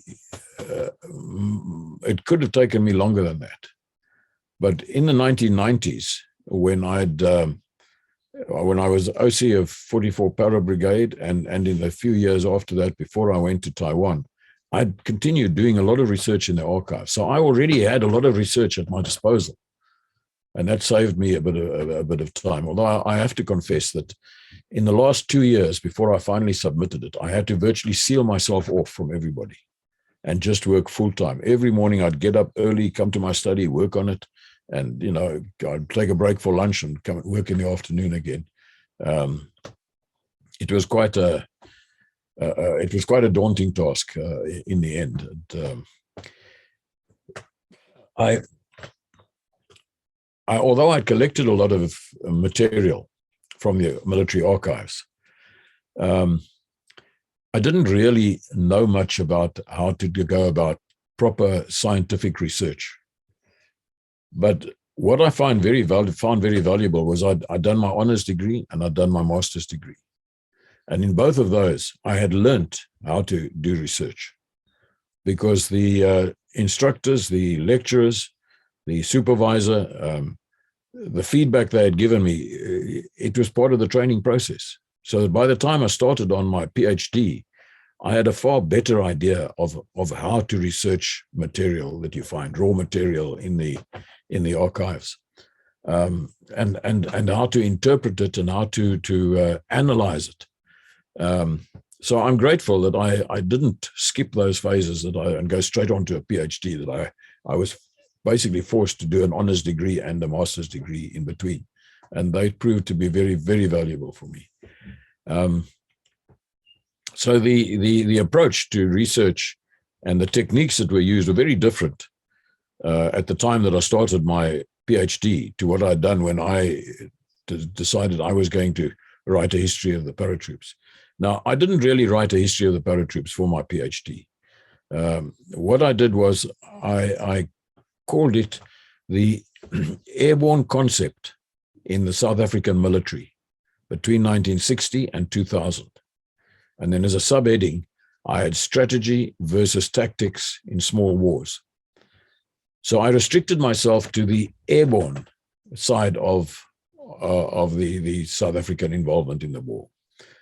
And the argument that I put forward, because my supervisor made it very clear to me, you can't just write what happened. That's of no value to anybody. You've got to analyze what happened, and you've got to make comments which could be construed as recommendations or directions in which to move in order to learn something from this. And that's what I did. So, if I fell back into just a narrative of what took place, the supervisor would pull me up very quickly about that. He said, "You've got to say more than this. You can't just say what took place. You've got to make it an intellectual exercise, and you've got to actually analyze what took place, and not with opinions. You've got to base your opinions on facts, and those are the facts that you're getting together." So the thesis, the outline of the thesis, I started off with a chapter on vertical envelopment as a form of maneuver and explaining exactly what vertical envelopment is, and how it is employed in warfare, in modern warfare. Then I wrote a chapter on the airborne concept in history and early South African experience, our experience during the Second World War, and how we were looking at the whole concept of airborne. Then I moved on to the 1950s and had a chapter on the crucial decisions that were taken then. One was the acquisition of helicopters, and two was the training of the first paratroopers. And those both took place at the same time, and the reasons why they took place, and I explained that as well, because there were similar reasons why they were acquired and obtained, the skills were obtained over that particular, around about 1960 period. Then I did a chapter on the Mpondo Revolt and the establishment of one Parachute Battalion, because many of the guys who were the instigators, the initiators, the first paratroopers that were trained and formed the first the South African first Parachute Battalion, many of them were involved in the Mpondo Revolt, which took place. That deployment actually delayed the establishment of one Parachute Battalion. But right from the start, I pointed out that there was uncertainty as to just how to use the paratroopers. Nobody really knew exactly what to do with them. We were building in a capability, but we didn't really know how we wanted to employ this capability. There were vague ideas, but it wasn't carefully crystallized into something clear. So then I write about the start of the insurgent war, and how early in the war, people saw that there was a tactical application for airborne forces, but further than that there was some strategic potential. And this is where the conundrum comes in. I did a whole chapter on the airborne conundrum: strategy or tactics. What do we do? Do we do strategy? Are we got a force for strategic employment or a force for tactical employment? Now, the fact of the matter is that the force, an airborne force, can do both and should do both. But there were many people who only saw one, and most of them were people who only saw the tactical side. And that's the only side that they were interested in. As a result, the strategic capability started to disappear. Then I looked at the strategic application, because we did apply it, and I looked at specifically the cross-border airborne strikes. And because I was looking at broader than just South Africa, I did a comparison of the Operation Dingo by the Rhodesians, which was the largest airborne operation that the Rhodesians carried out, and the airborne side of Operation Reindeer, which was that was the attack on Kasinga, the largest airborne operation that the South Africans carried out. And I did a comparison of the two, and what went well with the one and not so well with the other one. And then on the other hand, this one did better there and that one, and lessons that could have been learned from both. And then I wrote about the establishment of 44 Parachute Brigade as a strategic tool, because that's what it what came out in the documentation I found in the archives was that it had clearly been recognized that there is a difference between the strategic and the tactical, and you've got to prepare for the two in different ways to be able to carry them out, particularly when it comes to logistic support and fire support. There was also the question of the Special Forces. When one Parachute Battalion was established, it's the directive, the command directive that the commander got, he was tasked to do both jobs, Special Forces work and parachute work, parachute troops. And this produced a great deal of confusion until eventually a separate Special Forces organization was established. And that clarified a lot of the thinking. but there was still uncertainty about whether it should have a strategic capability or not, just be an air. It's much easier to just have a tactical application, much easier. The strategic application, where it's got to carry out an independent airborne operation, that requires a great deal more of thought, a great deal more of practice and rehearsal, a better concept, and far, far more involved and difficult command and control. I had a chapter that I called The Crest of the Wave, which was looking at when the Parachute Brigade had reached its acme. It had achieved a capability which placed it amongst the best airborne forces in the world. It was really an incredible capability that had been put up. But then I addressed the climate of change, of uncertainty, and of instability. That came about from a little while before 1994, when Project Redead resulted in a rationalization, as they euphemistically termed it, of the Defense Force. It wasn't a rationalization; it was a shrinking of the Defense Force, because the budget had been cut. You can't maintain things if you don't have money. So that created a lot of uncertainty. And the potential, then the airborne potential was not fulfilled. So it became an unfulfilled potential, because it started, the airborne capability started to disappear. And then I rounded off by doing a chapter on internal operational employment, where we were purely tactical. The paratroopers were deployed for township duties.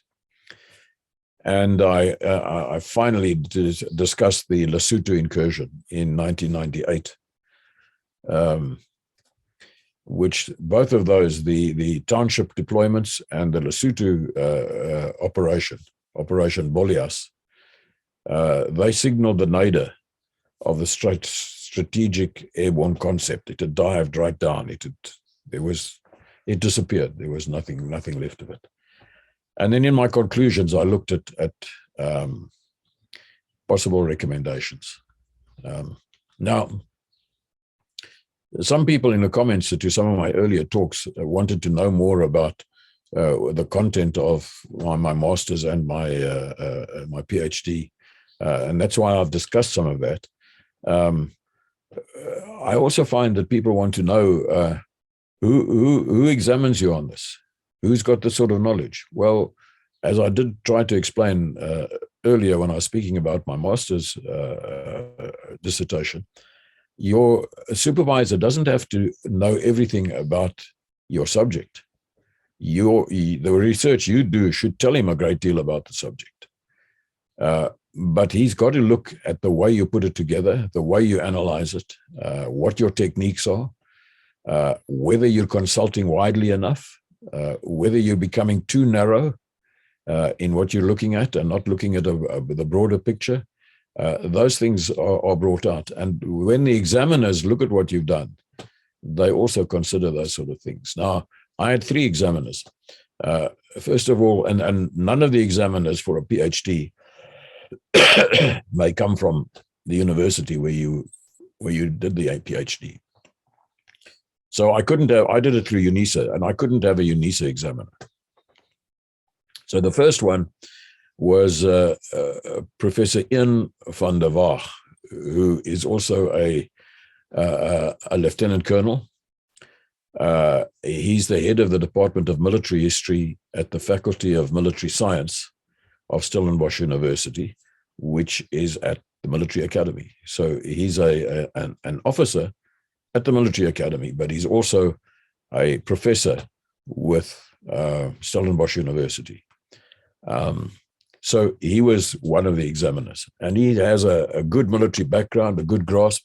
If one is to read some of the books that he's written, particularly on the history of the South African Defense Force, the UDF, the SADF, and the SANDF, which he's covered quite extensively in his book, then you'll realize that this is a man who understands South African military history. The second one was a examiner was Professor Andrew Thompson from the UK. You for a PhD, you have to have at least one of your examiners must come from another country, because these are all ways of just getting around the people who try shenanigans with getting a qualification like this. So Professor Andrew Thompson was the professor of modern history at the University of Exeter. He was also the director of the Center for Imperial and Global History. So he's a prominent, an eminent historian, and he's written a great deal, and he's acknowledged he's written quite a lot on military subjects as well, and he's acknowledged as one of the top historians that are around today. And then the last one was a Dr. Kent Fedorovich, who hails from Canada.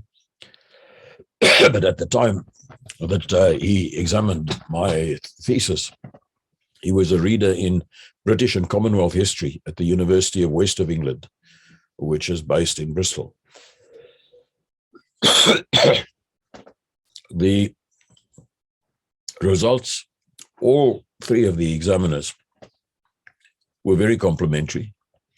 They gave me, they pointed out a few errors here and there, and I tried to correct those before I finally got the final product, gave it back to the university with the corrections that have been put into it. But they were minor things that they brought up, sometimes spelling and grammar, sometimes a little fault with their reference work, or minor things like that. There was not much that they could find fault me on the factual side. They all three of them felt that the thesis was a bit long. That's not surprising, because I from my military background, I find it's very important. One of the probably an apocryphal story goes that the battles that Napoleon lost were because communication was not what it should be. Communication in those days was often written, and the message was taken by a runner, dispatch rider, who would take it to the person concerned. And one of the problems was always that understanding what is written in there. Sometimes it's so brief and so cryptic that the subordinate or even the superior officer who gets it doesn't quite understand it. Or he thinks he understands it, but he gets it wrong. And so the wrong decisions are taken. So I long ago learned that if you want to make sure that people understand you, then rather err on being more lengthy in your explanation than making it too brief. Otherwise, you do stand the danger of people misunderstanding or getting the wrong message. So just make sure that you're satisfied that the right message goes across. And I was satisfied that I put the right message across with my thesis. And they accepted that, because all three of them understood exactly what I was just saying, even though they felt that I could have perhaps made it a little shorter. Now, I must tell you that there were I had to eventually cut 2 chapters out. They were chapters that I felt were very important, but I had to save somewhere, because my supervisor said to me, "This thing's too long. We can't send this out as a document for a PhD, a thesis for a PhD through our university that is so long. You've got to find a way to cut it down." So I cut down a lot of things, but I also had to cut out 2 chapters. But I've got all the information, so maybe I'll write books on those 2 chapters at a later stage. But that was the PhD. It was with all the appendices. My supervisor eventually said to me, "You've got so many appendices here. I would suggest that you do two separate documents. One is your thesis and a separate one for your appendices." Now, when you put all of those things together, it comes to a total of over 700 pages. So it's a It's a lengthy document. But the appendices are mostly diagrams and photographs. And they just serve to illustrate some of the points that I made during the argument within the thesis. The graduation was held. UNISA tend to, because it's such a large university now, and they've got students from so many areas, that they hold separate graduation ceremonies. So you don't have to go to Pretoria for your graduation ceremony. There might be one in Durban and one in Cape Town, and so you can decide where you want to graduate. So I opted to go to Cape Town, and I graduated in Cape Town.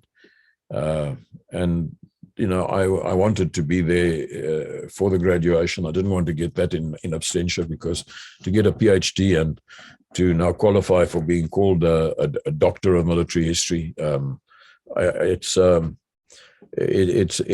something of an achievement, and so I didn't want to miss the actual graduation, and I was allowed to invite 3 people to attend. So one, of course, was my wife, who she supported me throughout all of this and kept the whole thing going and kept me going when I was pretty low, and made sure that I wasn't disturbed when I was working on something important, and supported me throughout the whole thing. And it was difficult for her, because it's very disruptive to your family life. So Anne was there. Then there was one of the girls from the Girls' Eye in Potch, who I had become very friendly with in recent years. She lives in Cape Town, and when I'd be down there and I'd say to her, I should say, how's the PhD going? And I'd say, I think it's time I just called it quits now, and threw in the towel. I can't keep it up. And she would climb into me and she'd say, you got to get it finished. You don't slack down now. You got to keep going. And sometimes she would phone me and say, are you working on your PhD? And I'd sometimes get quite annoyed, but she was adamant. She really pushed me. So in the end, I thought, well, George, I think you must come along so that you can see that your efforts weren't in vain. And then the third person I invited was Lou Gerber, who was a former OC of 3 Parabon, had been the first OC of 3 Parabon, and had served under me when I was brigade commander. He was my citizen force SO1 intelligence, and he was also the second in command of the composite parachute battalion at Kasinga. So he went through the whole Kasinga operation. And whereas there are some people who are very offended by my dissertation on Kasinga, Lou, although he disagreed with 1 or 2 issues that I mentioned in there, he felt very strongly that it was probably the best narrative of the operation that has made an appearance so far. And Lou was somebody who, he always showed an interest in the bigger picture in terms of airborne application. And he had an understanding of what it is that I was trying to promote in my argument for not losing the strategic capability of an airborne force. So I was pleased to be able to invite him, and it just made it a very special occasion to have all of them with me at my final graduation. Then when I finished up as in the reserve force, I was approached by a former reserve force officer who had been a regimental commander who lived in Port Elizabeth, Eldridge van Niekerk, and who I'd got to know quite well when I was with the task force in Port Elizabeth. He came to see me, and he asked if he could put my name down, forward my name to become, to nominate me as a member of the Reserve Force Council, the RFC. He explained to me what it all entailed, and it sounded pretty good to me. So I said, okay, you can do that. Now, the Reserve Force Council is an organization that was brought into being by former commanders of the citizen force units at the time of integration and the start of transformation after 1994, specifically to advise the Minister of Defense on matters concerning the Reserve Force. Because their concern was that the Reserve Force was either going to be disbanded and we wouldn't have any reserve units, the old citizen force. And that's exactly what did happen with the commandos. I mean, they disbanded the commandos. So, you know, their fears were probably well-founded. Although up to date, the Reserve Force has not been disbanded, although it's been radically changed, particularly in terms of the names, where names of units that have existed for more than 100 years has been arbitrarily changed and given the names of struggle heroes who never had anything to do with the unit at all. So, you know, it's left a very bitter sort of taste in the mouths of many of the people. And I still contend that they should rather have disbanded each of those units and established new units. So that unit would have its history and have its traditions, and the old soldiers who were members of that unit could carry on at their mess dinners and memorial celebrations and so on, and they could remember the regiment as it was, but that the SANDF gets completely new units to take their place. They could be the new Reserve Force units. But, you know, for some reason, it seems that the SANDF wanted to cling to the battle honors that these old traditional units had, but they didn't want them to retain their names. So, you know, Transvaal Scottish had to go, Cape Town Highlanders had to go, all of those different units had to lose their names and get new names. So I don't think it was done the way it should have been done, but that's just my opinion. Unfortunately, the Reserve Force Council became a bitter disappointment to me. I found, and I have to admit that the guy who'd nominated me, Eldridge van Niekerk, he eventually left the Reserve Force Council as well for the same reasons. He just felt he couldn't associate with an organization like that anymore. I found there was no real focus on the Reserve Force. I mean, that's what it was there for. But it wasn't focusing on the Reserve Force. There were political overtones and there were shady implications. The chairman of the Reserve Force was now a former MK man who'd never served in the Reserve Force. He was a retired Major General. He was more interested in initiating projects in the name of the Reserve Force in areas where he felt that there was a need for these projects to take place. And, you know, it was a good place to invest. But none of that was going. I mean, it was probably honorable and admirable projects that he had in mind. But I didn't see where the Reserve Force came into that. I didn't see that was helping the Reserve Force in any way. And you know, there were some shady implications that I felt I couldn't continue to be part of this. And I also found that the ministerial involvement. I mean, it's a statutory body. It had been recognized in legislation, and its purpose was to advise the Minister of Defense and Military Veterans on issues that affect the Reserve Force. And I was with them for 18 months, a year and a half. We never spoke to the minister once. The minister never showed any interest in us at all. The only ministerial involvement I saw was when I was appointed. I got a letter from the minister to tell me I was appointed. We never saw the minister. The chairman, when we'd have meetings once a month, and I'd have to fly up to Joburg to attend the meetings, he could never give feedback on what the minister says because he'd never gone to see the minister. It just appeared that there was an agenda here, which I didn't know what it was, but it certainly wasn't in the interests of the Reserve Force as I saw it. So after 18 months and several issues and bumping of heads, and I resigned. I was actually sorry to have to resign, but I could no longer, with a clear conscience, associate myself with this organization. There were too many shady side issues and things like that. So I felt if that's what they want to do, and if then they must change the constitution and they must do whatever they want to do. But that's not why I came in, because I thought I could help to promote the situation of the reserve force units. And I never saw anything like that. I never saw any opportunity for that at all. And it didn't look as if there was going to be any such opportunity either. So I resigned, and because I'd been appointed by the minister, I sent my letter of resignation to the minister.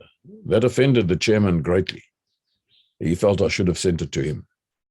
And he wanted to have an exit interview with me so he could discuss the reasons. I didn't bother to even reply to him on that, because I'd been appointed by the minister, so I resigned to the minister. I sent my letter to her. I phoned the woman who works in the minister's office. I don't know what her title was or so on. I'd been recommended to phone her and to just make sure that the resignation letter goes in a number of ways. So I sent a registered letter to the post office box number for the Minister of Defense. I sent an email letter directly to the woman who works in the office there after I told her that what I was going to do, and she assured me she would take it through to the minister. I never heard anything. I never got not even an acknowledgement of my letter, never mind an acceptance of my resignation. I heard nothing. And about 6 weeks later, the registered letter that I sent to the post office box comes back to me unopened. So I went to the post office. I said, "So what's the problem here? Why wasn't it opened? Why?" They said it was never collected. Now, you can't tell me that the minister doesn't have somebody clearing her post box. It's the official post box that appears on the website and on all correspondence and so on. Nobody clears that post box. I don't think so. I think they cleared the post box. They saw who this was from, and they just left it there. So I got no acknowledgement. I got no acceptance of my resignation. And the registered letter that I sent to them with my resignation came back unopened. I assume that the email I sent was shown to her. But be that as it may, that was the end of my involvement in the Reserve Force Council. It was a bitter disappointment. And what made me really angry about it, there were people on that Reserve Force Council who were exceptional.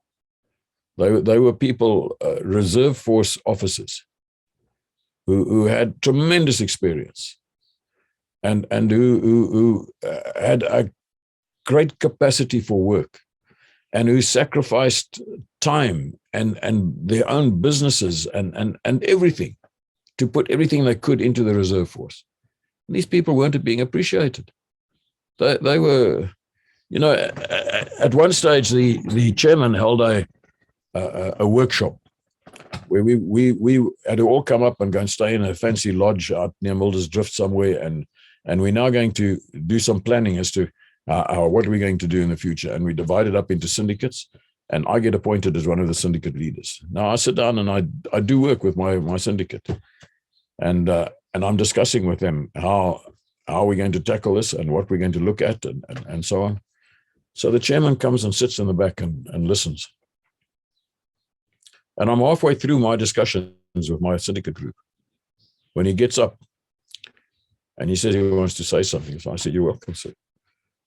So he takes one of the pens and he turns to my whiteboard that I was busy writing on, and he turns the pages over and he says, "None of this is relevant. This is what you must do." And he writes down the stuff over there. So he was still busy talking when I got up and I walked out. And a little later, he comes out, and I was standing outside in the veranda. He comes out and he comes to me and he says, why did you walk out? I said, sir, if you don't like the way I do something, you shouldn't appoint me to do it. You made me the syndicate leader. And then you come in and take over my talk to my syndicate, my briefing of my syndicate. And not only do you take it over, you flip my pages over and say, this is not relevant. I said, sir, then I'm not relevant. So I'm resigning. I'm getting out of here. He said, no, you can't do that. You must stay. I said, sir, I'm not prepared to stay if you make it so blatantly obvious that you don't trust me. He said, I never said I don't trust you. I said, well, then why don't you leave me to carry on with the work group the way I want to do it? This is not the first work group I've run. I know what I'm doing. I don't need you to come and tell me how I must do it. You were supposed to give us the briefing of how we were supposed to do it. You never gave us that briefing. So I had to work out myself how to do it. If there are certain things you want to do, the commander must do a command appreciation and issue his guidelines to his subordinates. You never did that, sir. I don't think you know what a command appreciation is. I don't think you know how to direct people to do their planning, because you haven't directed me. But you come in the middle of my talk, my briefing of my group, and you take over and tell me that and tell them that my stuff's not relevant. I'm sorry, sir, I can't work like that. No, you've got to reconsider. You can't. No, I'm sorry I did that. I'm sorry I didn't mean that. And foolishly, I let him talk me over to stay.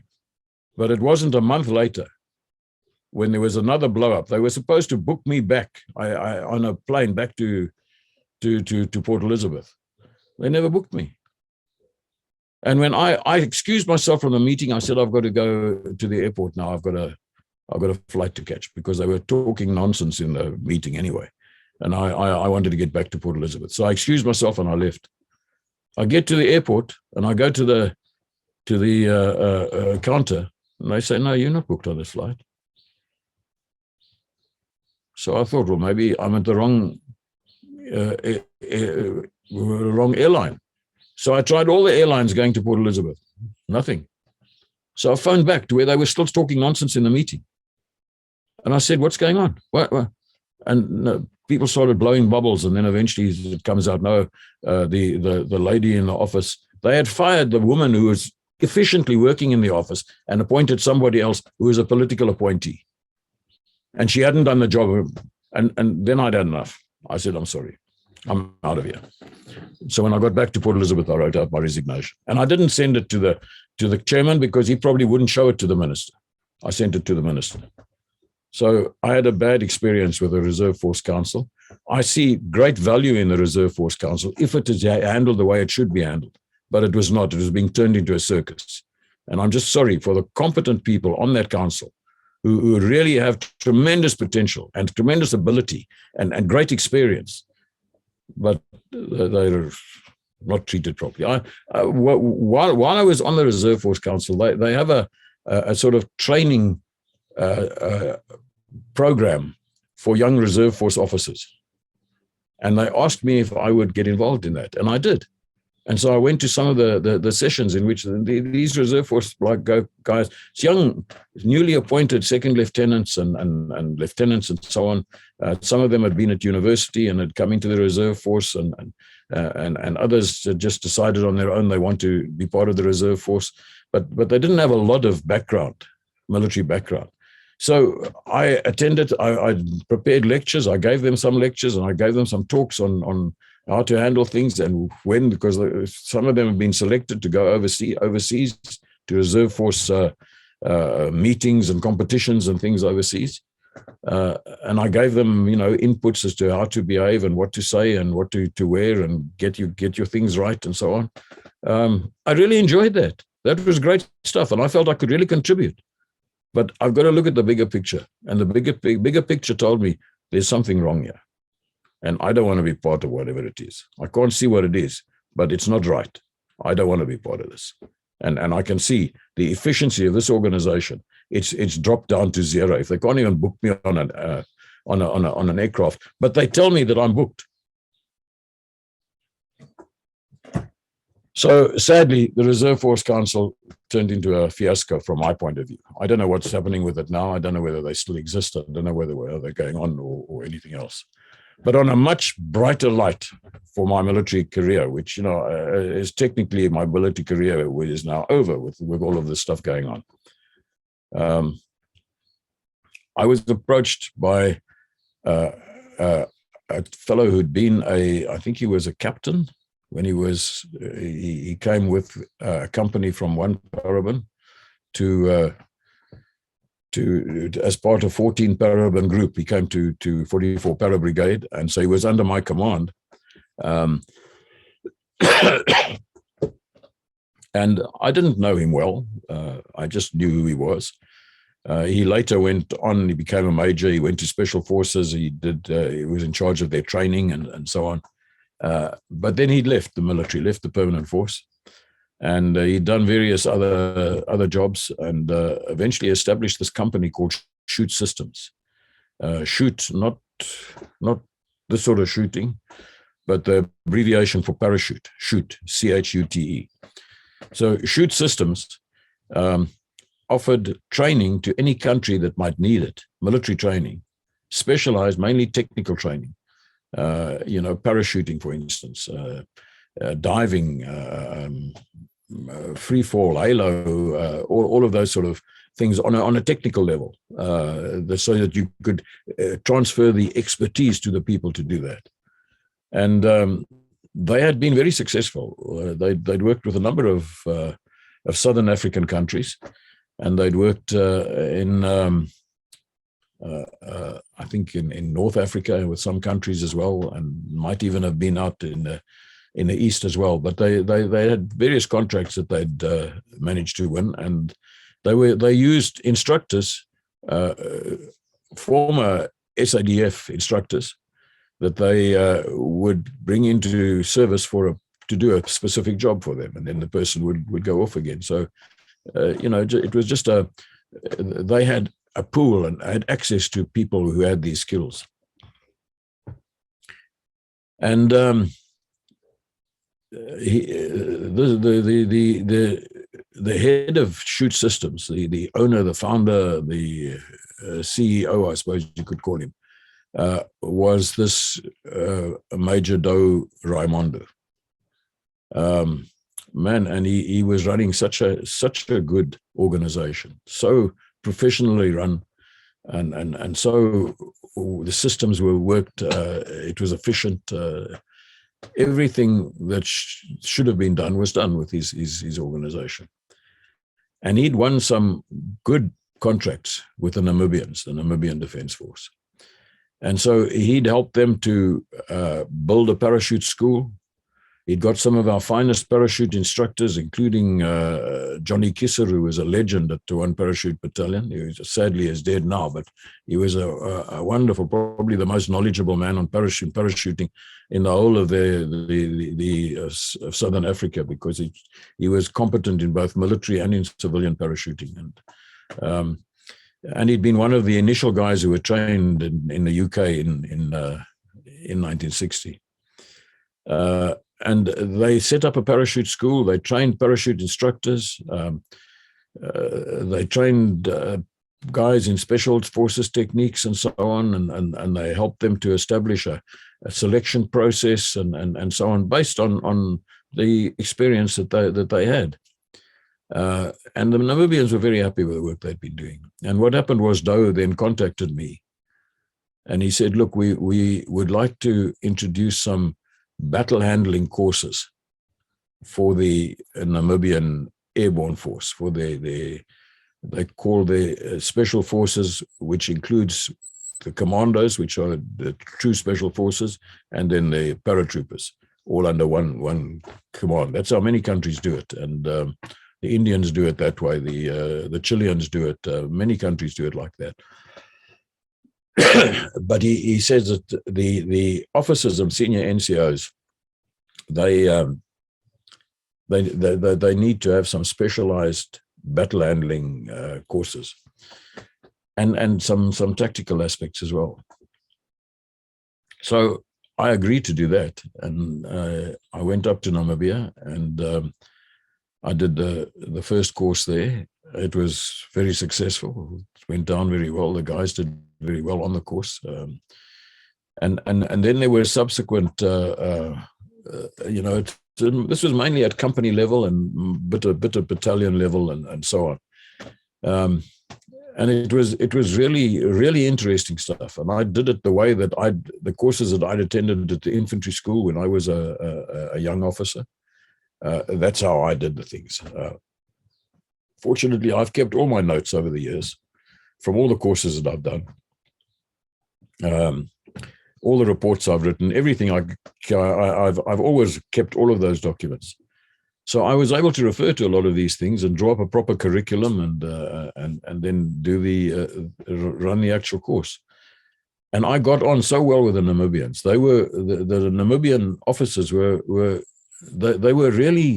they wanted to be good soldiers. That's what they were interested in. And they were like sponges soaking up what I gave them. And it was such an encouragement to work with these guys. It was such a contrast to the guys who'd come into the SANDF from MK and UPLA and so on. They acted as though you can't teach me anything. And I'm not going to listen to anything you say. This is the way we do it. The Namibians weren't like that.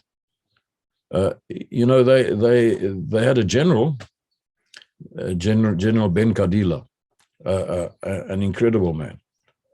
Former SWAPO cadre, he'd been involved in plan, and he was essentially in a position that made him more or less the second in command of the Namibian Defence Force. And he came through to the very first course that I presented there, and he addressed the young officers.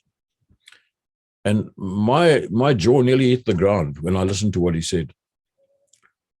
He said to them, "You've been given an opportunity to attend this course.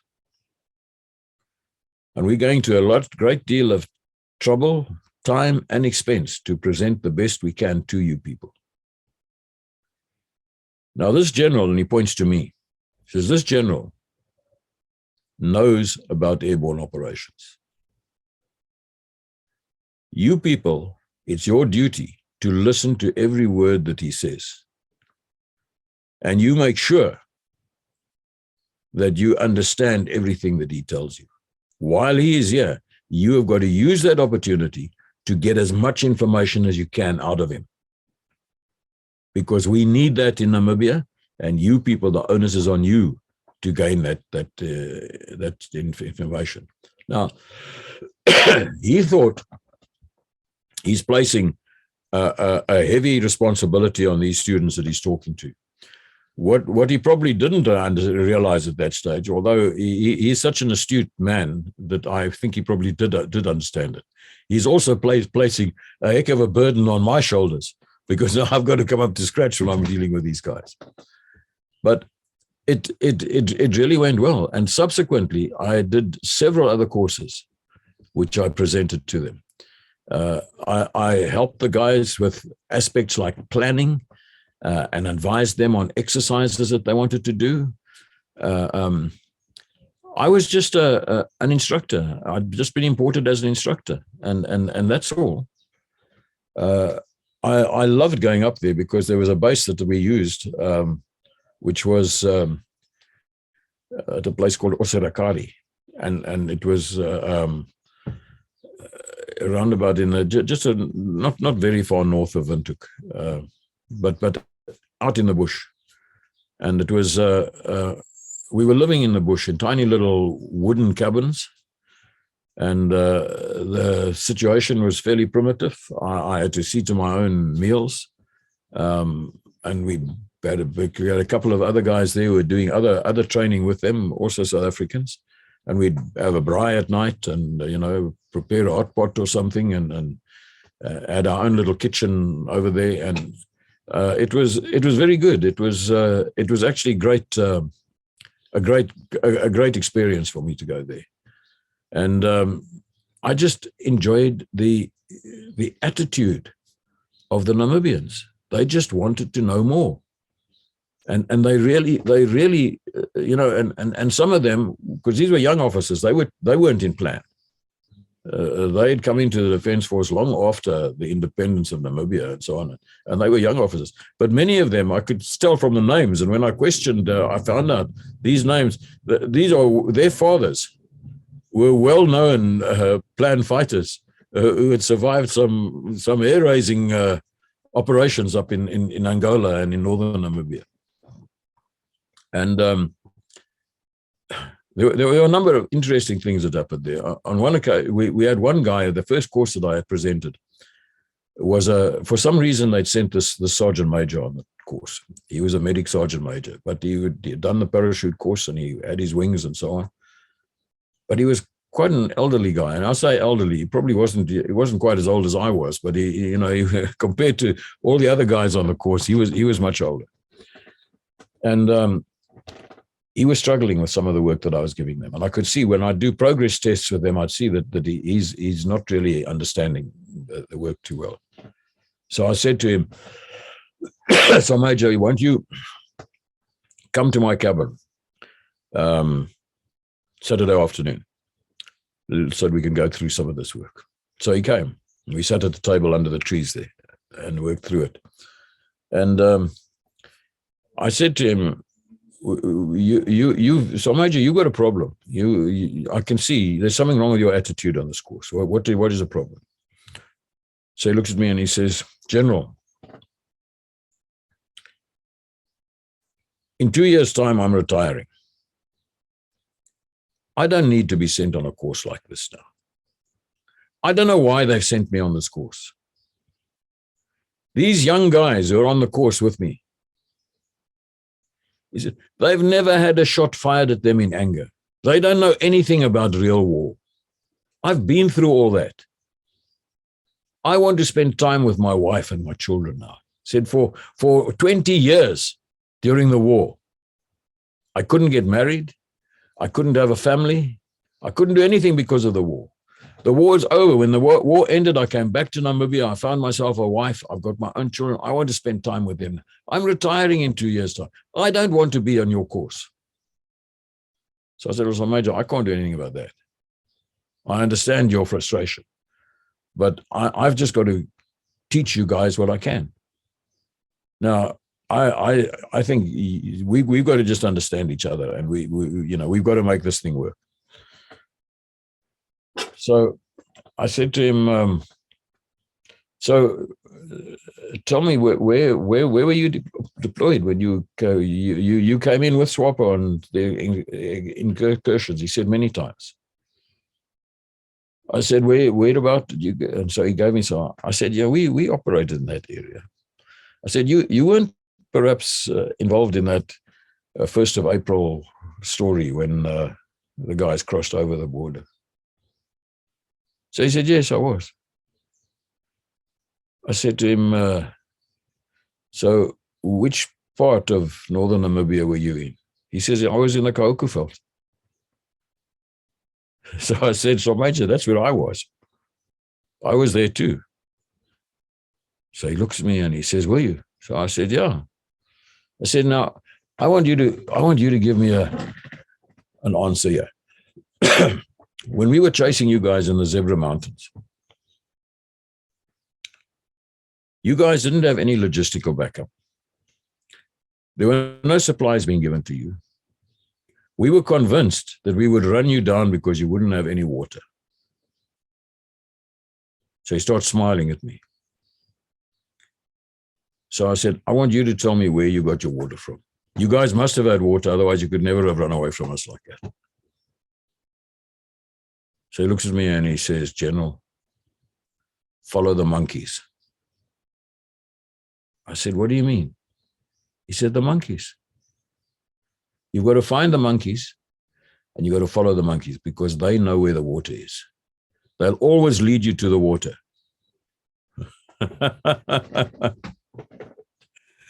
So I said, well, thank you so, Major. That's very interesting. So fortunately, we never caught you.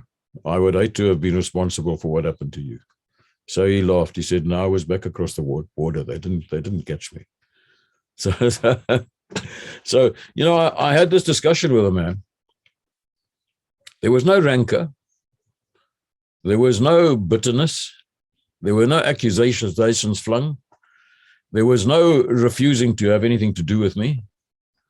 That's just how it was. And so we had a course photograph taken. You see, I said to them, I want to take a course photograph. So I set up my camera and I got them all to stand there. And, you know, I sat down in front there. And all the junior officers were sort of in the front row, and in the second row, some of the junior officers, but they put a couple of sergeant major, and I think there was one staff sergeant who'd also attended. Those in the back row. So when I saw they'd set everybody up, I said, no. I said, I want the sergeant major to come and sit next to me.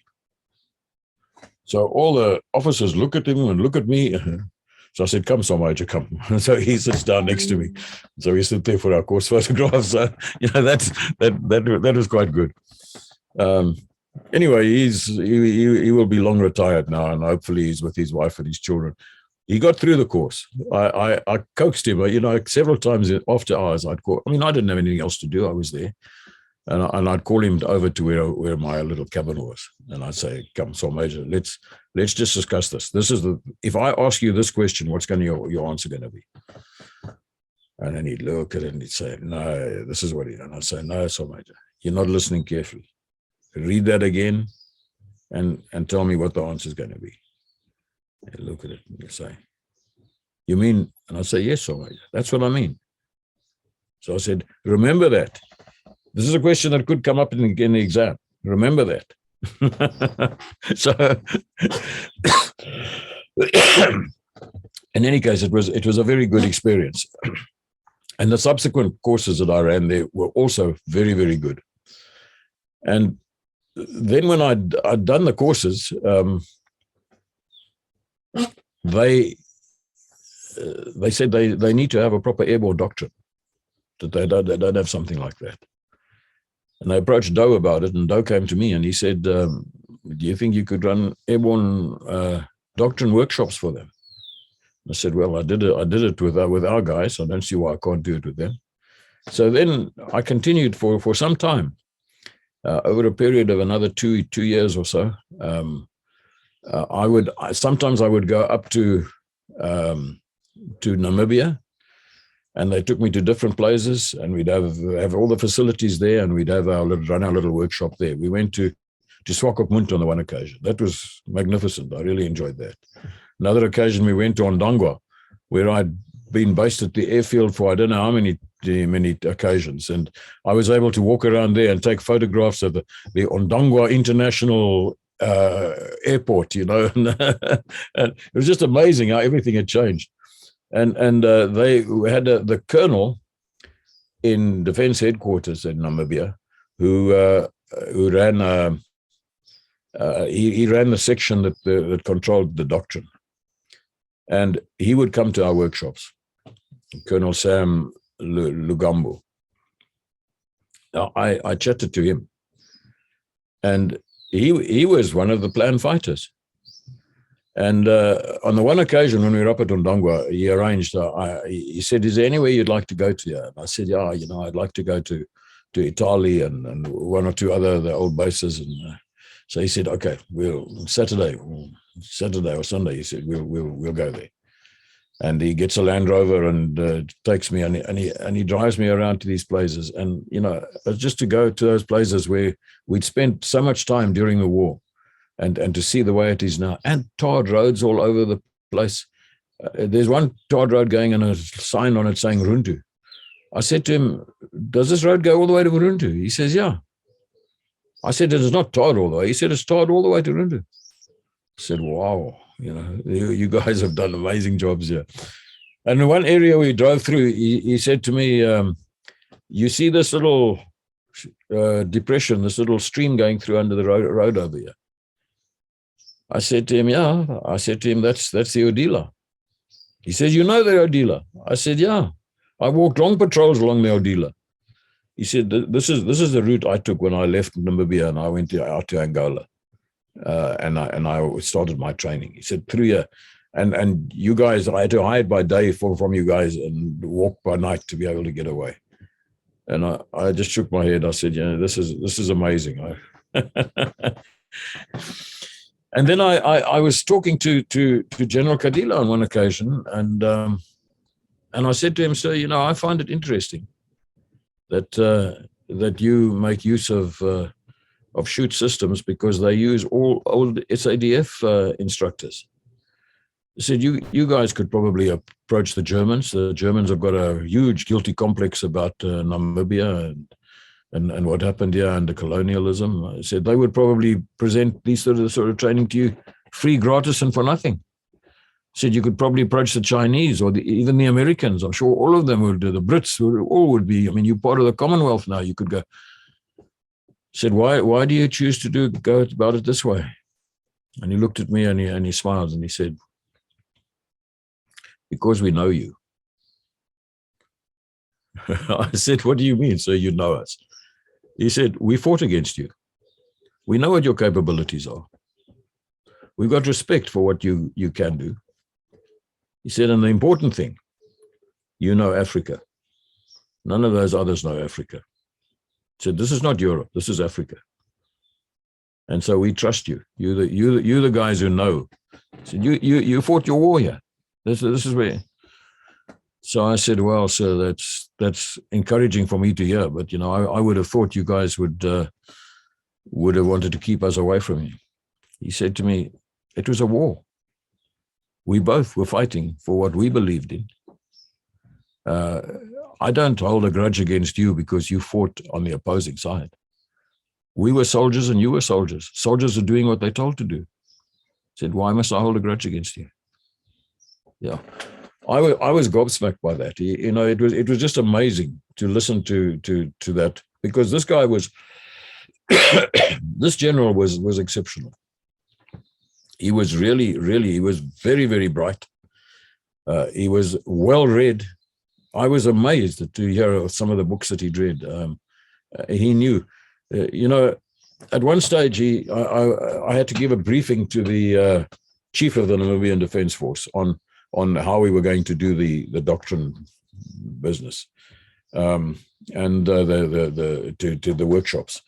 And I went up to his office and I had to give the briefing there, and Doe was with me, and the chief of the Namibian Defence Force was there, and so was General Kadila. And so after I'd given the briefing and they'd accepted what we wanted to do and it was all sorted out and so on, I brought in some sandwiches and tea, and we were standing around chatting and so on. And so General Kadila says to me, Mac, tell me, why did you people never make Jan Breitenbach a general? I said to him, so you know about Jan Breitenbach? He said, I've read all his books. I said, wow. So then I gave him my opinion. I said to him, Jan Breitenbach was an abrasive character. He didn't suffer fools gladly. He wasn't afraid to call a spade a spade. He wasn't afraid to take on higher authority and to find fault with higher authority. He said, I just think the people probably didn't feel that he was the right sort of person to be a general. I said, but in any case, he was a fighting soldier. If he'd been made a general, he would have had to sit in an office, and I don't think that's the sort of thing that was conducive to Jan Breitenbach's makeup. He wanted to be where he could smell the gun smoke and lead his men. So, so he laughed and he said, "Yeah, you're probably right." So it was my whole involvement with shoot systems and the Namibian Defence Force was from start to finish. It was positive. It was absolutely a highlight for me, and I'm really proud to be able to say now that although I was now completely retired and I wasn't part of the Defence Force anymore and so on, I was just an old veteran, but I actually closed off my military career by this involvement with the Namibians, and it was just such an incredibly positive experience for me. I've just told you a little bit there, but there were lots of things about the country. It appears to be so well run. The roads are in such good condition. I never encountered potholes over there.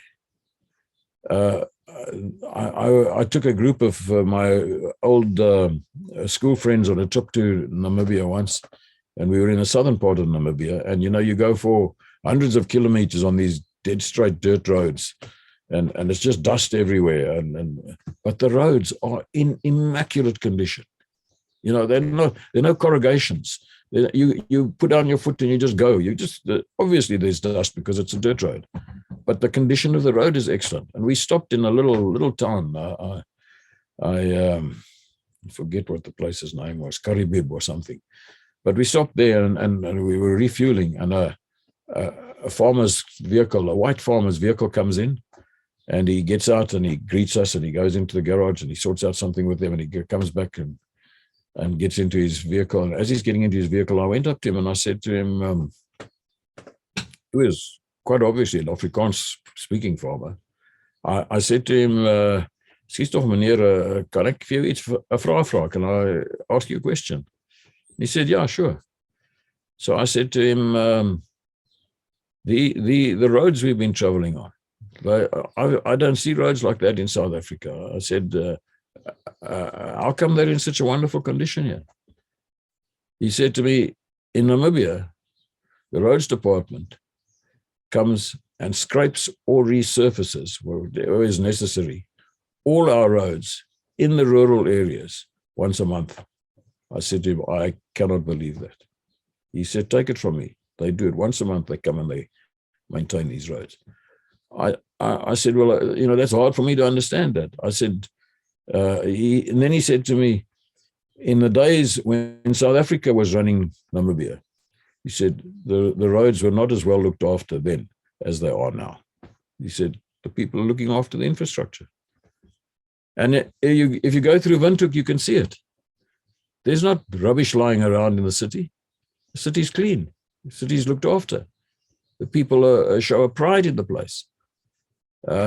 I was just so impressed with Namibia and with the Namibians. But anyway, that was my opinion. I just thought to myself, wow, this is a country I could live in. Ultimately, with the Reserve Force Council and the time I spent with the Namibians, I had over 50 years of military involvement. And it included more than 20 years service in airborne units and headquarters, and another 17 years either directly involved in their training or indirectly in their organization. So I had a long exposure to the airborne side of South Africa. And I said to you way back in about the second talk that I gave, I think, second or third, that I had these 5 goals that I set myself. And I'd said to you, you must remind me if I don't discuss in my last talk whether I achieved those goals or not.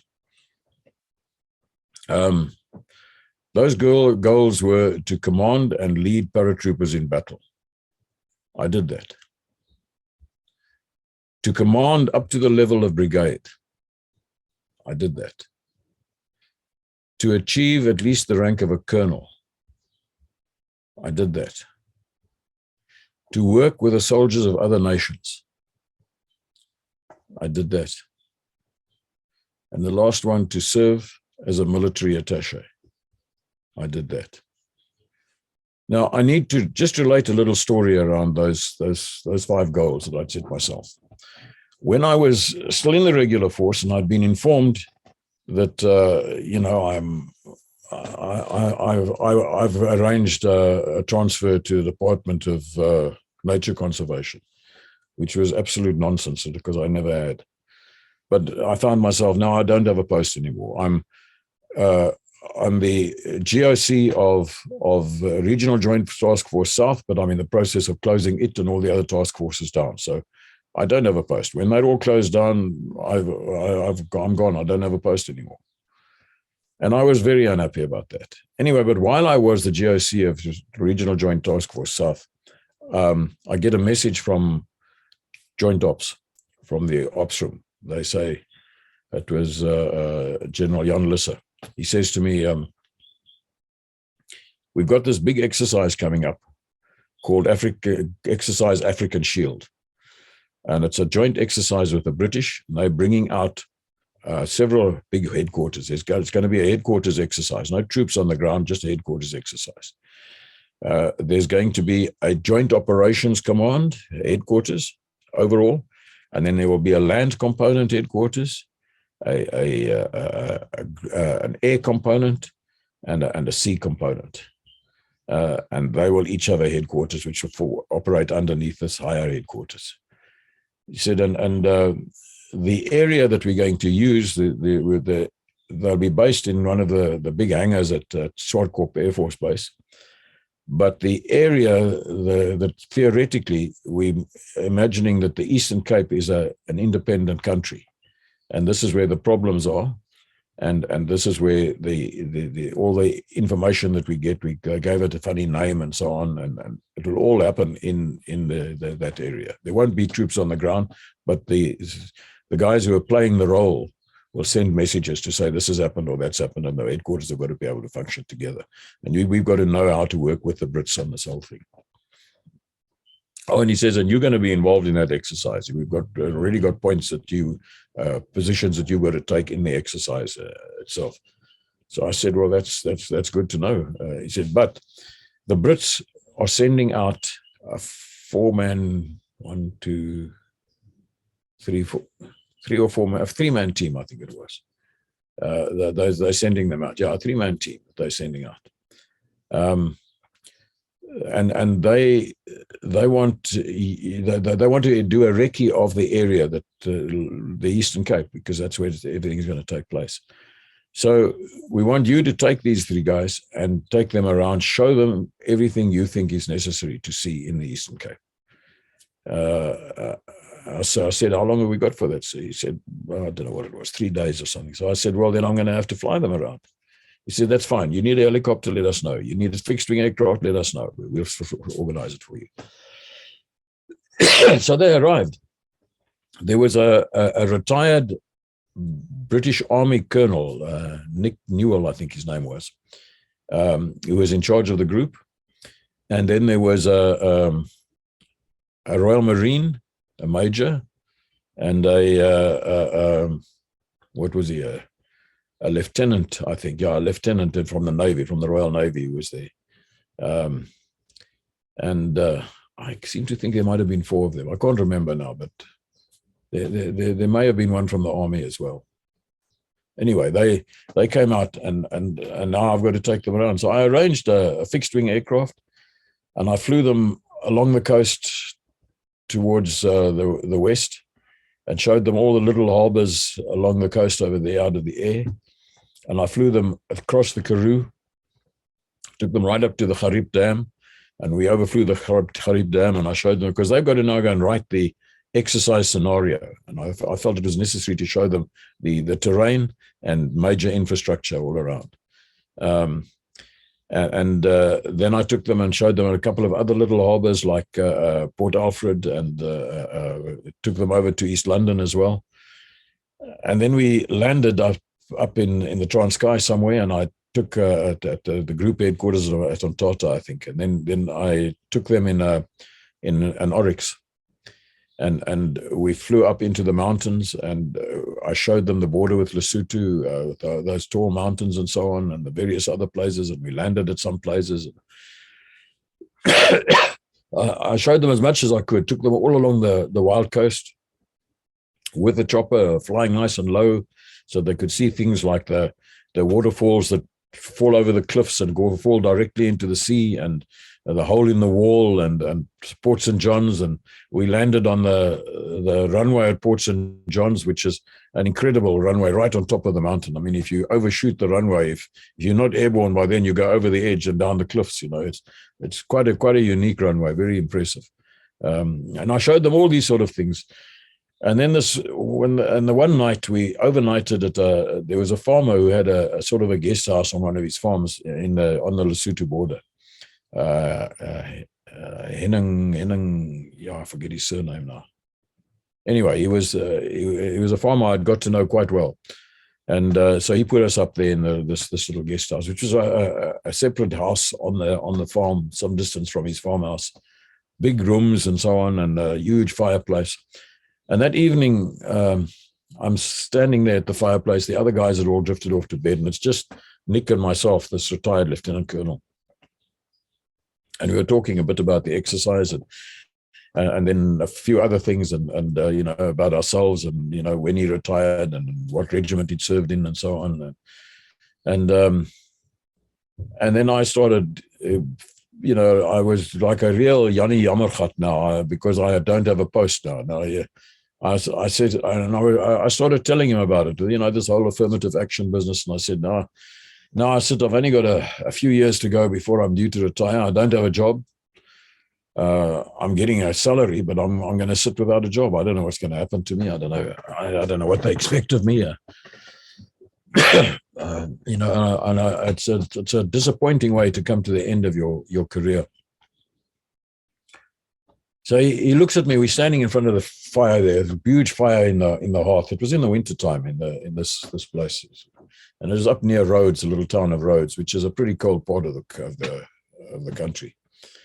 And he looks at me and he says, "General, can I ask you a couple of personal questions?" I said, "Yeah, sure." He said, "When you joined up, did you have any goals that you wanted to set for yourself?"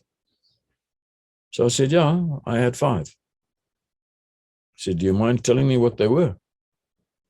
So I went through the 5 goals that I had. So he looks at me. Now, he actually knows the answer already, but he's leading me up a particular thing here. And he says to me, "So how many of those goals did you achieve?" So I said to him, "All of them." I said, and in most cases, I exceeded them. I went beyond that goal. I achieved that goal and I went beyond it. So he looks at me and he says, "Do you know how few people there are in this world who can say that they achieved what they set out to do?"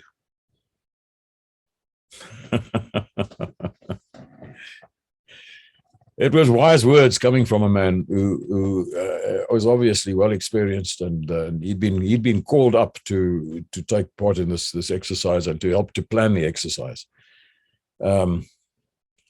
But he made me think. Then I thought to myself, so the world is changing. South Africa is changing. The defense force is changing. So I'm a casualty in part of this change. But in the end, I've done what I wanted to do. So what am I complaining about? So, that was as far as my goals are concerned. I want to say something else that I must just sort of end off on, and that is that I served under many commanders during my career. And I learned a great deal from every one of them. I didn't always like them. I didn't always agree with them, but I learned from them, and I learned a great deal. Mostly, I learned about how to be a better soldier. From 1 or 2 of them, I learned what not to do as a soldier. But most of them, what I learned was very beneficial. And I'm grateful for the exposure I had to those men and for their influence on my life. And I think it would be amiss if I didn't say that there are 3 officers that I served under who had a particular influence on my life. The three most influential officers in my career, not surprisingly, were all paratroopers. They were all three very, very different individuals. They all had shortcomings and weaknesses, but their capabilities and their positive characteristics totally eclipsed anything that could be regarded as a shortcoming. In my view, that their positive characteristics were just so immense. Now, there are lots of people who would disagree with me about these three individuals, and there are lots of people who would say, no, that they couldn't have been such a positive influence on your life. Well, I look back on my life, and these are the three individuals that had the greatest effect on my life. They were my mentors, whether they knew it or not. And I learned more from them about leadership, about command, and about an understanding of human nature than I did from any other officers. The first one was Archie Moore. He had an uncanny ability to select the right people as his subordinates. Even if they clashed with him, and he knew that they clashed with him, even if they disagreed with him, if he knew they could do the job, that's the man that he wanted. And he brought them in. And he had an uncanny ability to monitor what was going on in the unit or the formation that he commanded. He would know about things long before I even had any inkling of them. He would know about them. And often he would come to me and say, McGill, why is this happening? And I'd look at him and I'd say, so I know nothing about it. And he'd point his finger at me and he'd say, you're supposed to know about it. You better go and sort it out. So, you know, that some people would take great offense at that. I didn't take offense. I was regarded as learning. He taught me something about that. And what did he do for me specifically? He appointed me to key career positions. He appointed me as a company commander. He appointed me as his adjutant. He appointed me as his SO1 ops when he was at the brigade. And then he played a major role in my appointment as his successor as brigade commander. It was unexpected. I didn't expect it. And many other people didn't expect it. But he felt that I knew how to do the job. And he wanted me to take over from him. I have great understanding and appreciation for that. Archie Moore recognized and acknowledged my potential and my knowledge. And he used me accordingly. He recognized what I had. And he didn't discuss it with me, but I could see from the jobs that he gave me, from the way that he trusted me with things, that was so. He encouraged me to use my initiative. He didn't stifle it. He encouraged it. And that taught me something. And for that, I'm grateful. If he hadn't encouraged me to use my initiative, I would not have been able to do at the brigade what I did do. And I probably would not have become the brigade commander. He sent me just after I joined permanent force and went to 1 Parachute Battalion as a young greenhorn lieutenant with just a few 8 years of citizen force experience behind me. The first thing he did, he nominated me to do the dispatcher course. He said, we want you to qualify in something where we can use you. And he knew that if he sent me on that, I can't remember, I think it was a 3-week course, might have been 4 weeks. He knew if I went on that course, whatever else I don't know, I can still help them with dispatching. I can do something. And I appreciated that. He immediately wanted me to be of use to the organization.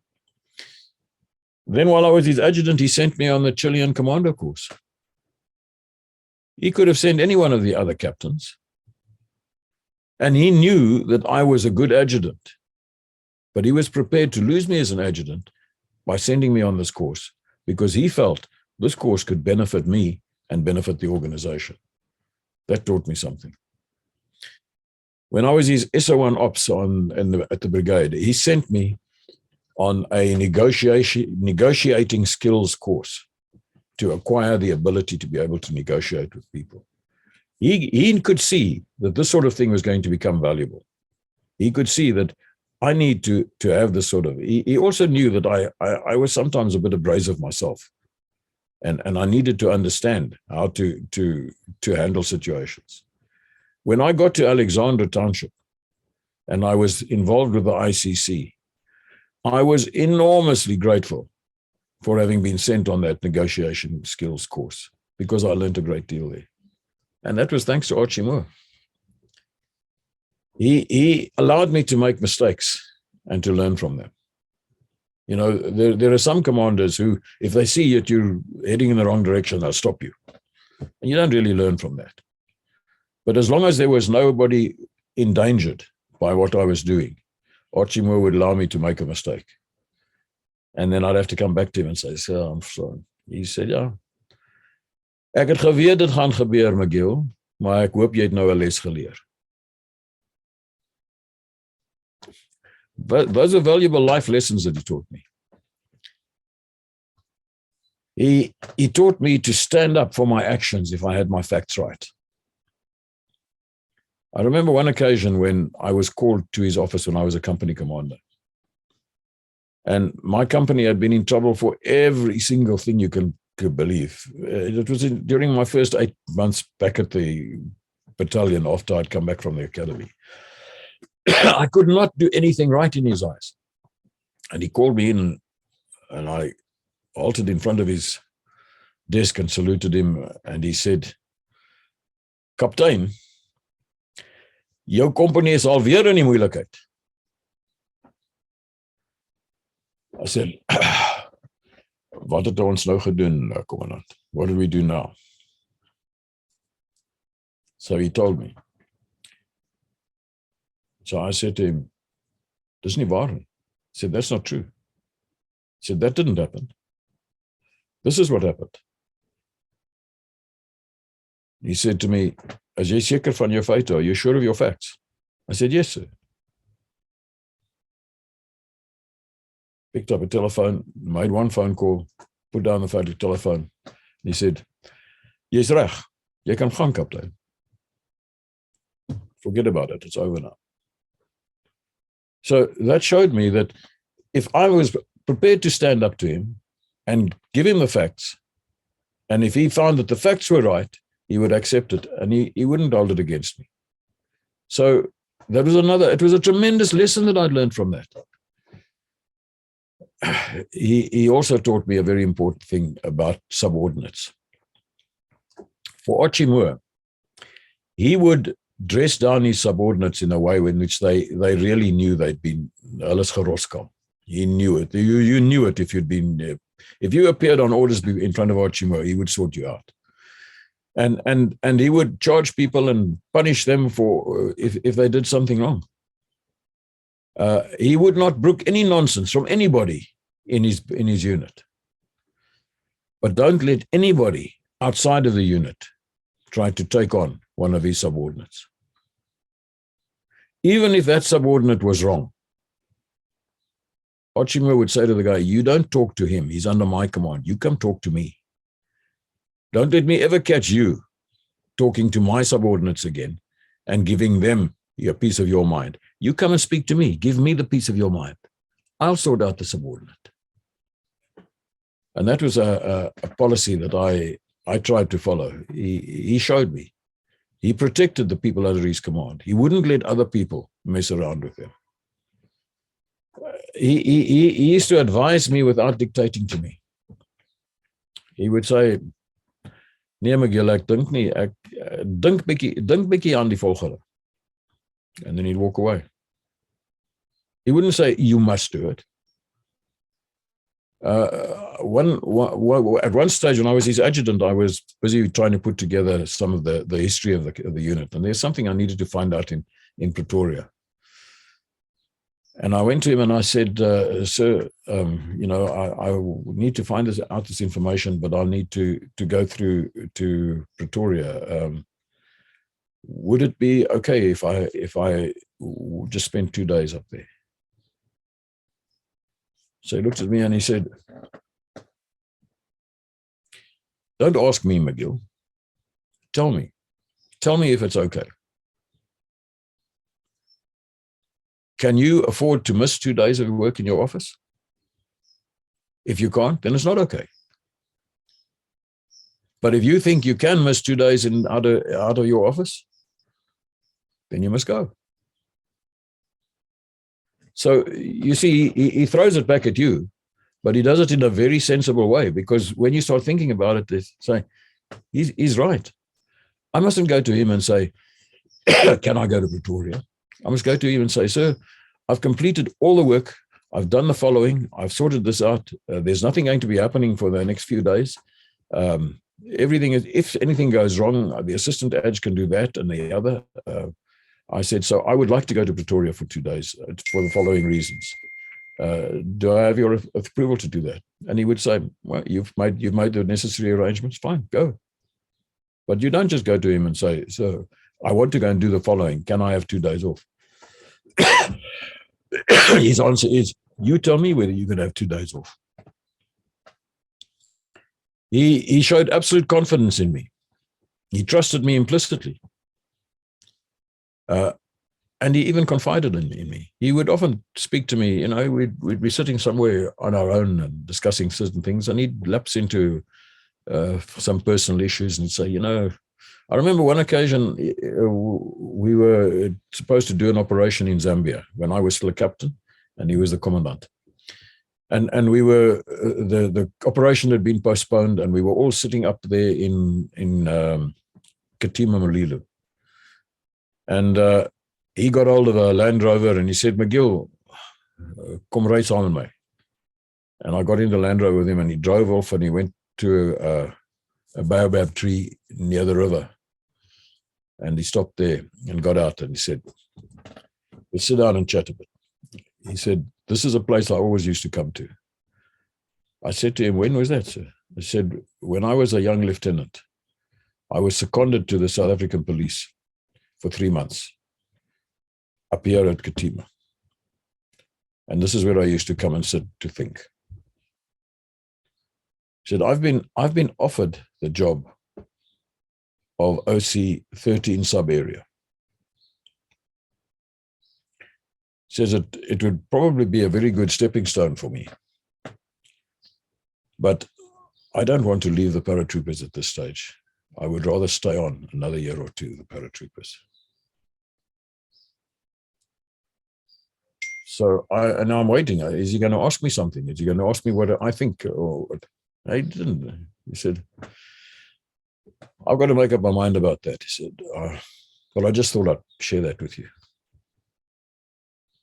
I was amazed that he was prepared to share something like that with me. Who am I? I mean, I'm a captain. You don't talk to a junior captain like that, but he was prepared to confide in me.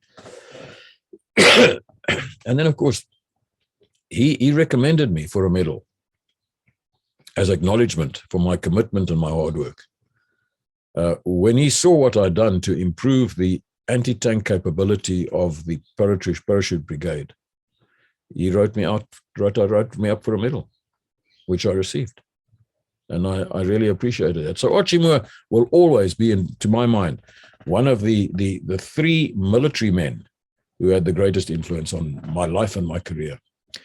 The second one was Chris Leroux. See, all 3 of these men had been commanding officers of one parachute battalion. Chris Leroux, who was probably the OC1 paraban for the longest period. I think he was there for about 6-7 years or something. But Chris Leroux always brimmed with self-confidence. Unbelievable, that man's self-confidence. But yet he was never arrogant. To some people, he seemed arrogant, but he never was. He wasn't an arrogant man. but he had tremendous self-confidence, tremendous faith in his own ability. He's the one who encouraged me to go to the military academy and get a degree. When I'd arrived with no other military qualifications and a backlog that I had to catch up, and when Archie Moore got annoyed with me and everybody else got annoyed with me because I wanted to go to the military academy, Chris LaRue said, if I was in your shoes, I would go. It's a good move. It'll stand you in good stead. And it did. If I hadn't gone to the military academy, I wouldn't have got my bachelor's degree. And then I wouldn't have got all the other degrees that I got afterwards. So Chris LaRue played a major role in that. He ensured that I was permitted to attend all the necessary promotional courses so that I could catch up with my peers. When I came back from the academy, and he was now the 2IC at one Parabat, he and the 2IC is responsible for the training and the courses and the personnel management from that point of view. He had to make sure that all the officers and senior NCOs were being properly prepared. And Archie Moore didn't want to send me on the courses. Chris LaRue put his foot down, and he said, although he was the subordinate, he said he's got to go on this course. And he stood in for me and stood up for me. And I was away from home for long, long periods. But within a matter of 2 years, I caught up to my peers. And I'd made up for the time that I'd lost by going to the military academy. And I had tremendous appreciation for him having done that. He also showed me the importance of acting decisively when necessary. I tend to be cautious in making decisions. I want to weigh up all the factors first of all. But there are times, particularly for a military man, when you don't have time for that. You've got to make an important decision and you've got to be decisive about it. Chris LaRue taught me that, and he showed me how to do that. He demonstrated how a commander can retain respect and status even when he's faced with adversity. There were deep lessons in that. Now I can give an example of that. It's a very funny example, but it's a very clear example of how Chris LaRue approached things. How he was able to maintain the initiative, which is very important for an officer. We were on parade, and Chris LaRue was addressing the battalion, and he was speaking about tracksuits. The guys had been wearing different sort of tracksuits instead of just the one Parachute Battalion tracksuit. And even those who had the one Parachute Battalion tracksuit had been sewing other badges and things onto their tracksuits. And he wasn't going to have any of this. So he's speaking to the guys, but as Chris LaRue used to do, sometimes he would speak in English. He was one of the few commanders that I encountered who was prepared to speak. His English wasn't perfect, but he wasn't afraid to use English. And so he was speaking in English. And so he's now really dressing down the whole battalion here. And he says, and in future, I will not tolerate anybody sewing weapons onto their tracksuit. You see? So, because of course, wapens in Afrikaans means weapons, and it also means badges. And it just slipped him. But as he said it, he realized what his mistake was. And, the whole battalion was about to burst into laughter when he said that. But as he said it, he sort of glared at them and he said, "Not weapons, badges!"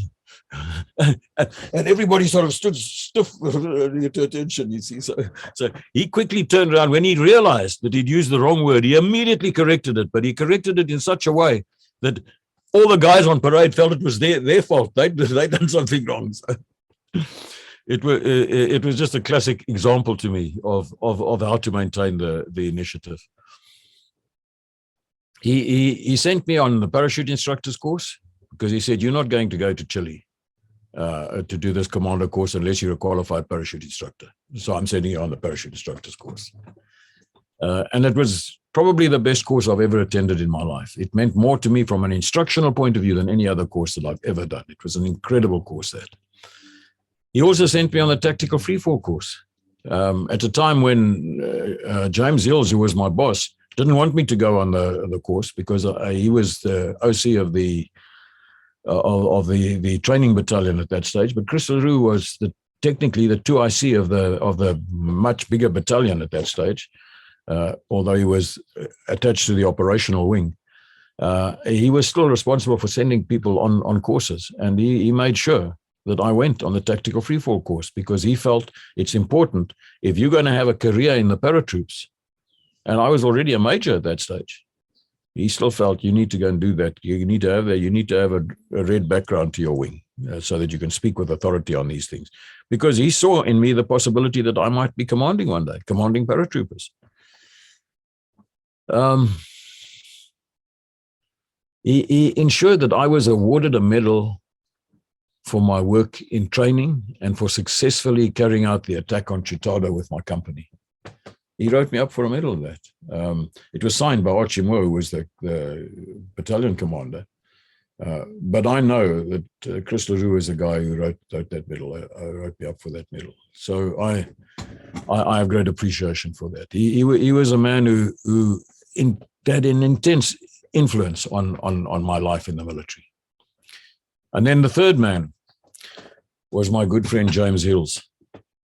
And he began influencing me long before he became one of my friends. What I liked about James Hills was he never got bogged down in peripheral issues, side issues. He focused on the aim. He knew what he wanted to do. He knew what he was there for, and that's what he focused on. And anything that didn't associate with the aim, he dismissed. It wasn't important. He was both my commander on several occasions, and he became one of my closest friends, and he still remains one of my closest friends. Quite a phenomenal man. We're so different in many ways that a lot of people still can't get their head around the fact that we are friends. They don't understand how we can be friends. But there are a lot of things that many people don't understand about James Hills. He's been accused by people as being a right-wing extremist. He's not. In fact, James Hills has probably shown more liberal tendencies in his dealings with people and more tolerance than many of the other people that I know, who pride themselves in being, open to change. James Hills taught me more about training of troops than any other officer. He really taught me a great deal about the training of troops. He was probably the best trainer of troops that I've ever come to know. He showed me the importance of doing everything that you taught your troops yourself. Don't tell them to do something, show them how to do it.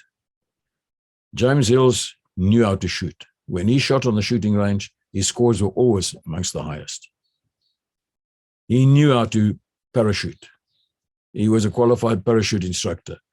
I jumped with him one night, and he went out number one on the one side, and I went out number one on the other side.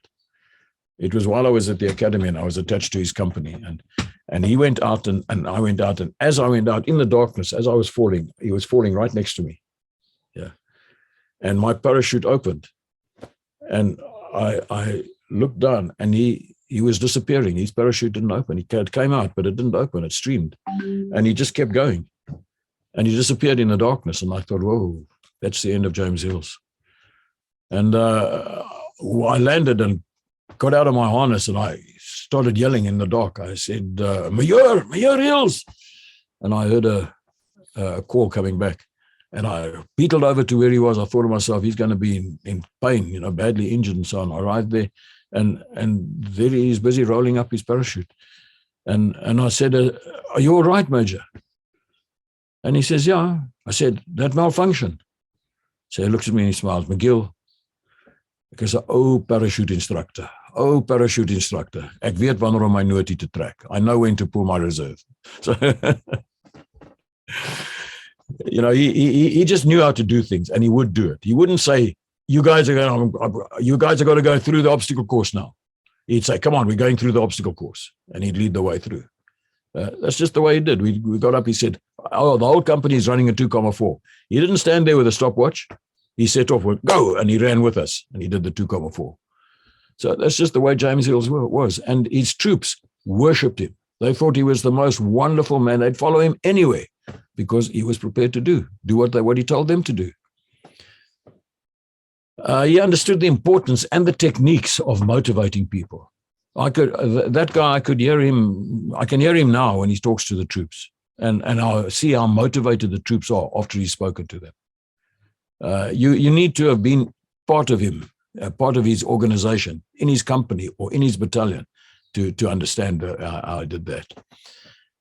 He encouraged reading to learn more about the profession of soldiery. Now, a lot of people think, James Hills, read. Nah, that guy, there's nothing academic about him. Well, it wasn't an academic issue at all. He would read. If I said I'd found a book, he'd say, bring, ek wil hom nie lees. And he could read fast. And he'd go through that book and he'd underline. And sometimes I had to go back to him and say, are you finished with that book yet? I want it back. Because if he could, he would have kept it. And he would quote from the people that he'd read about, and he would select people that he said, this guy knows what he's talking about. So in the same way, he would, they had little books that used to come out, little brochures, leaflet sort of thing, on lessons learned. And it would discuss a particular ambush and what took place there and what the lessons are to be learned from that. He would take those little books, and we would sit out in the field and we'd work through an ambush and we'd reenact the ambush and he'd point out where we'd gone wrong and so on.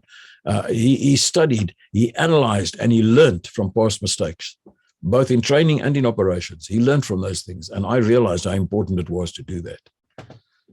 And he was never afraid to listen to other people, to listen if they had more experience than he did in something. He was prepared to listen to them. There were some people who he dismissed immediately, but it was usually because of something that they did. That he'd lost all confidence in them.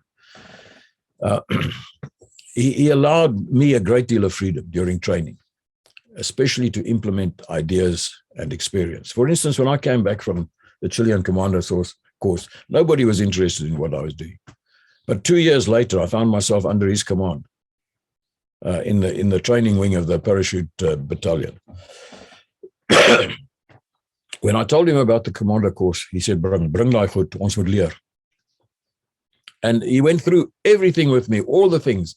And he'd say, this is a course we must build, a range we must build out at the Brug. This exercise we must introduce to the troops. McGill, go ahead and do it.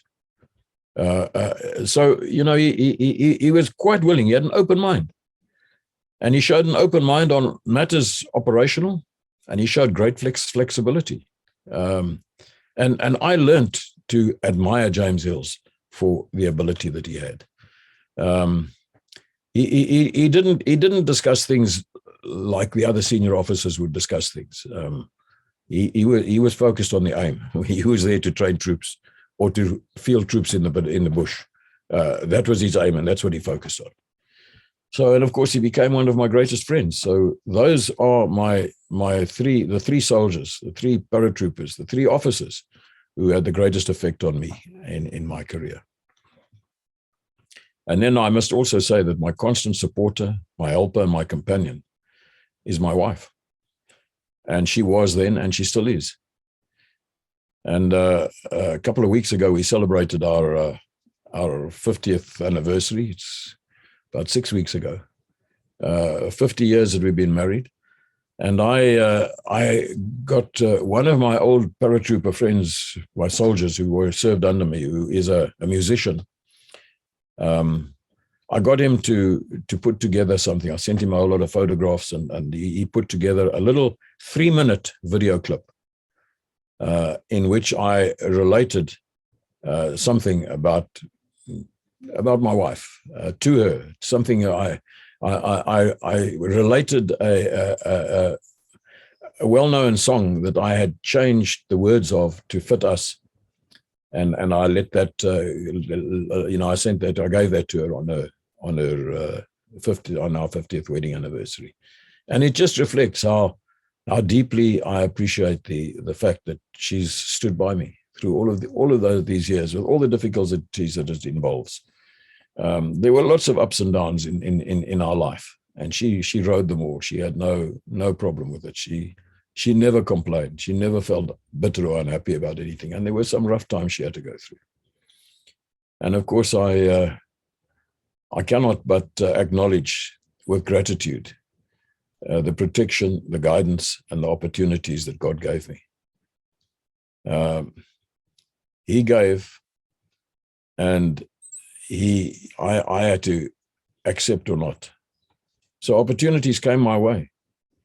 I grasped most of those opportunities, but God gave me the opportunities, and that's just wonderful for me. It's I accept that He had a purpose with that, and that's very satisfying to look back on my career and know that God played a role, and throughout I was able to maintain my relationship with Jesus Christ. So that's very important to me.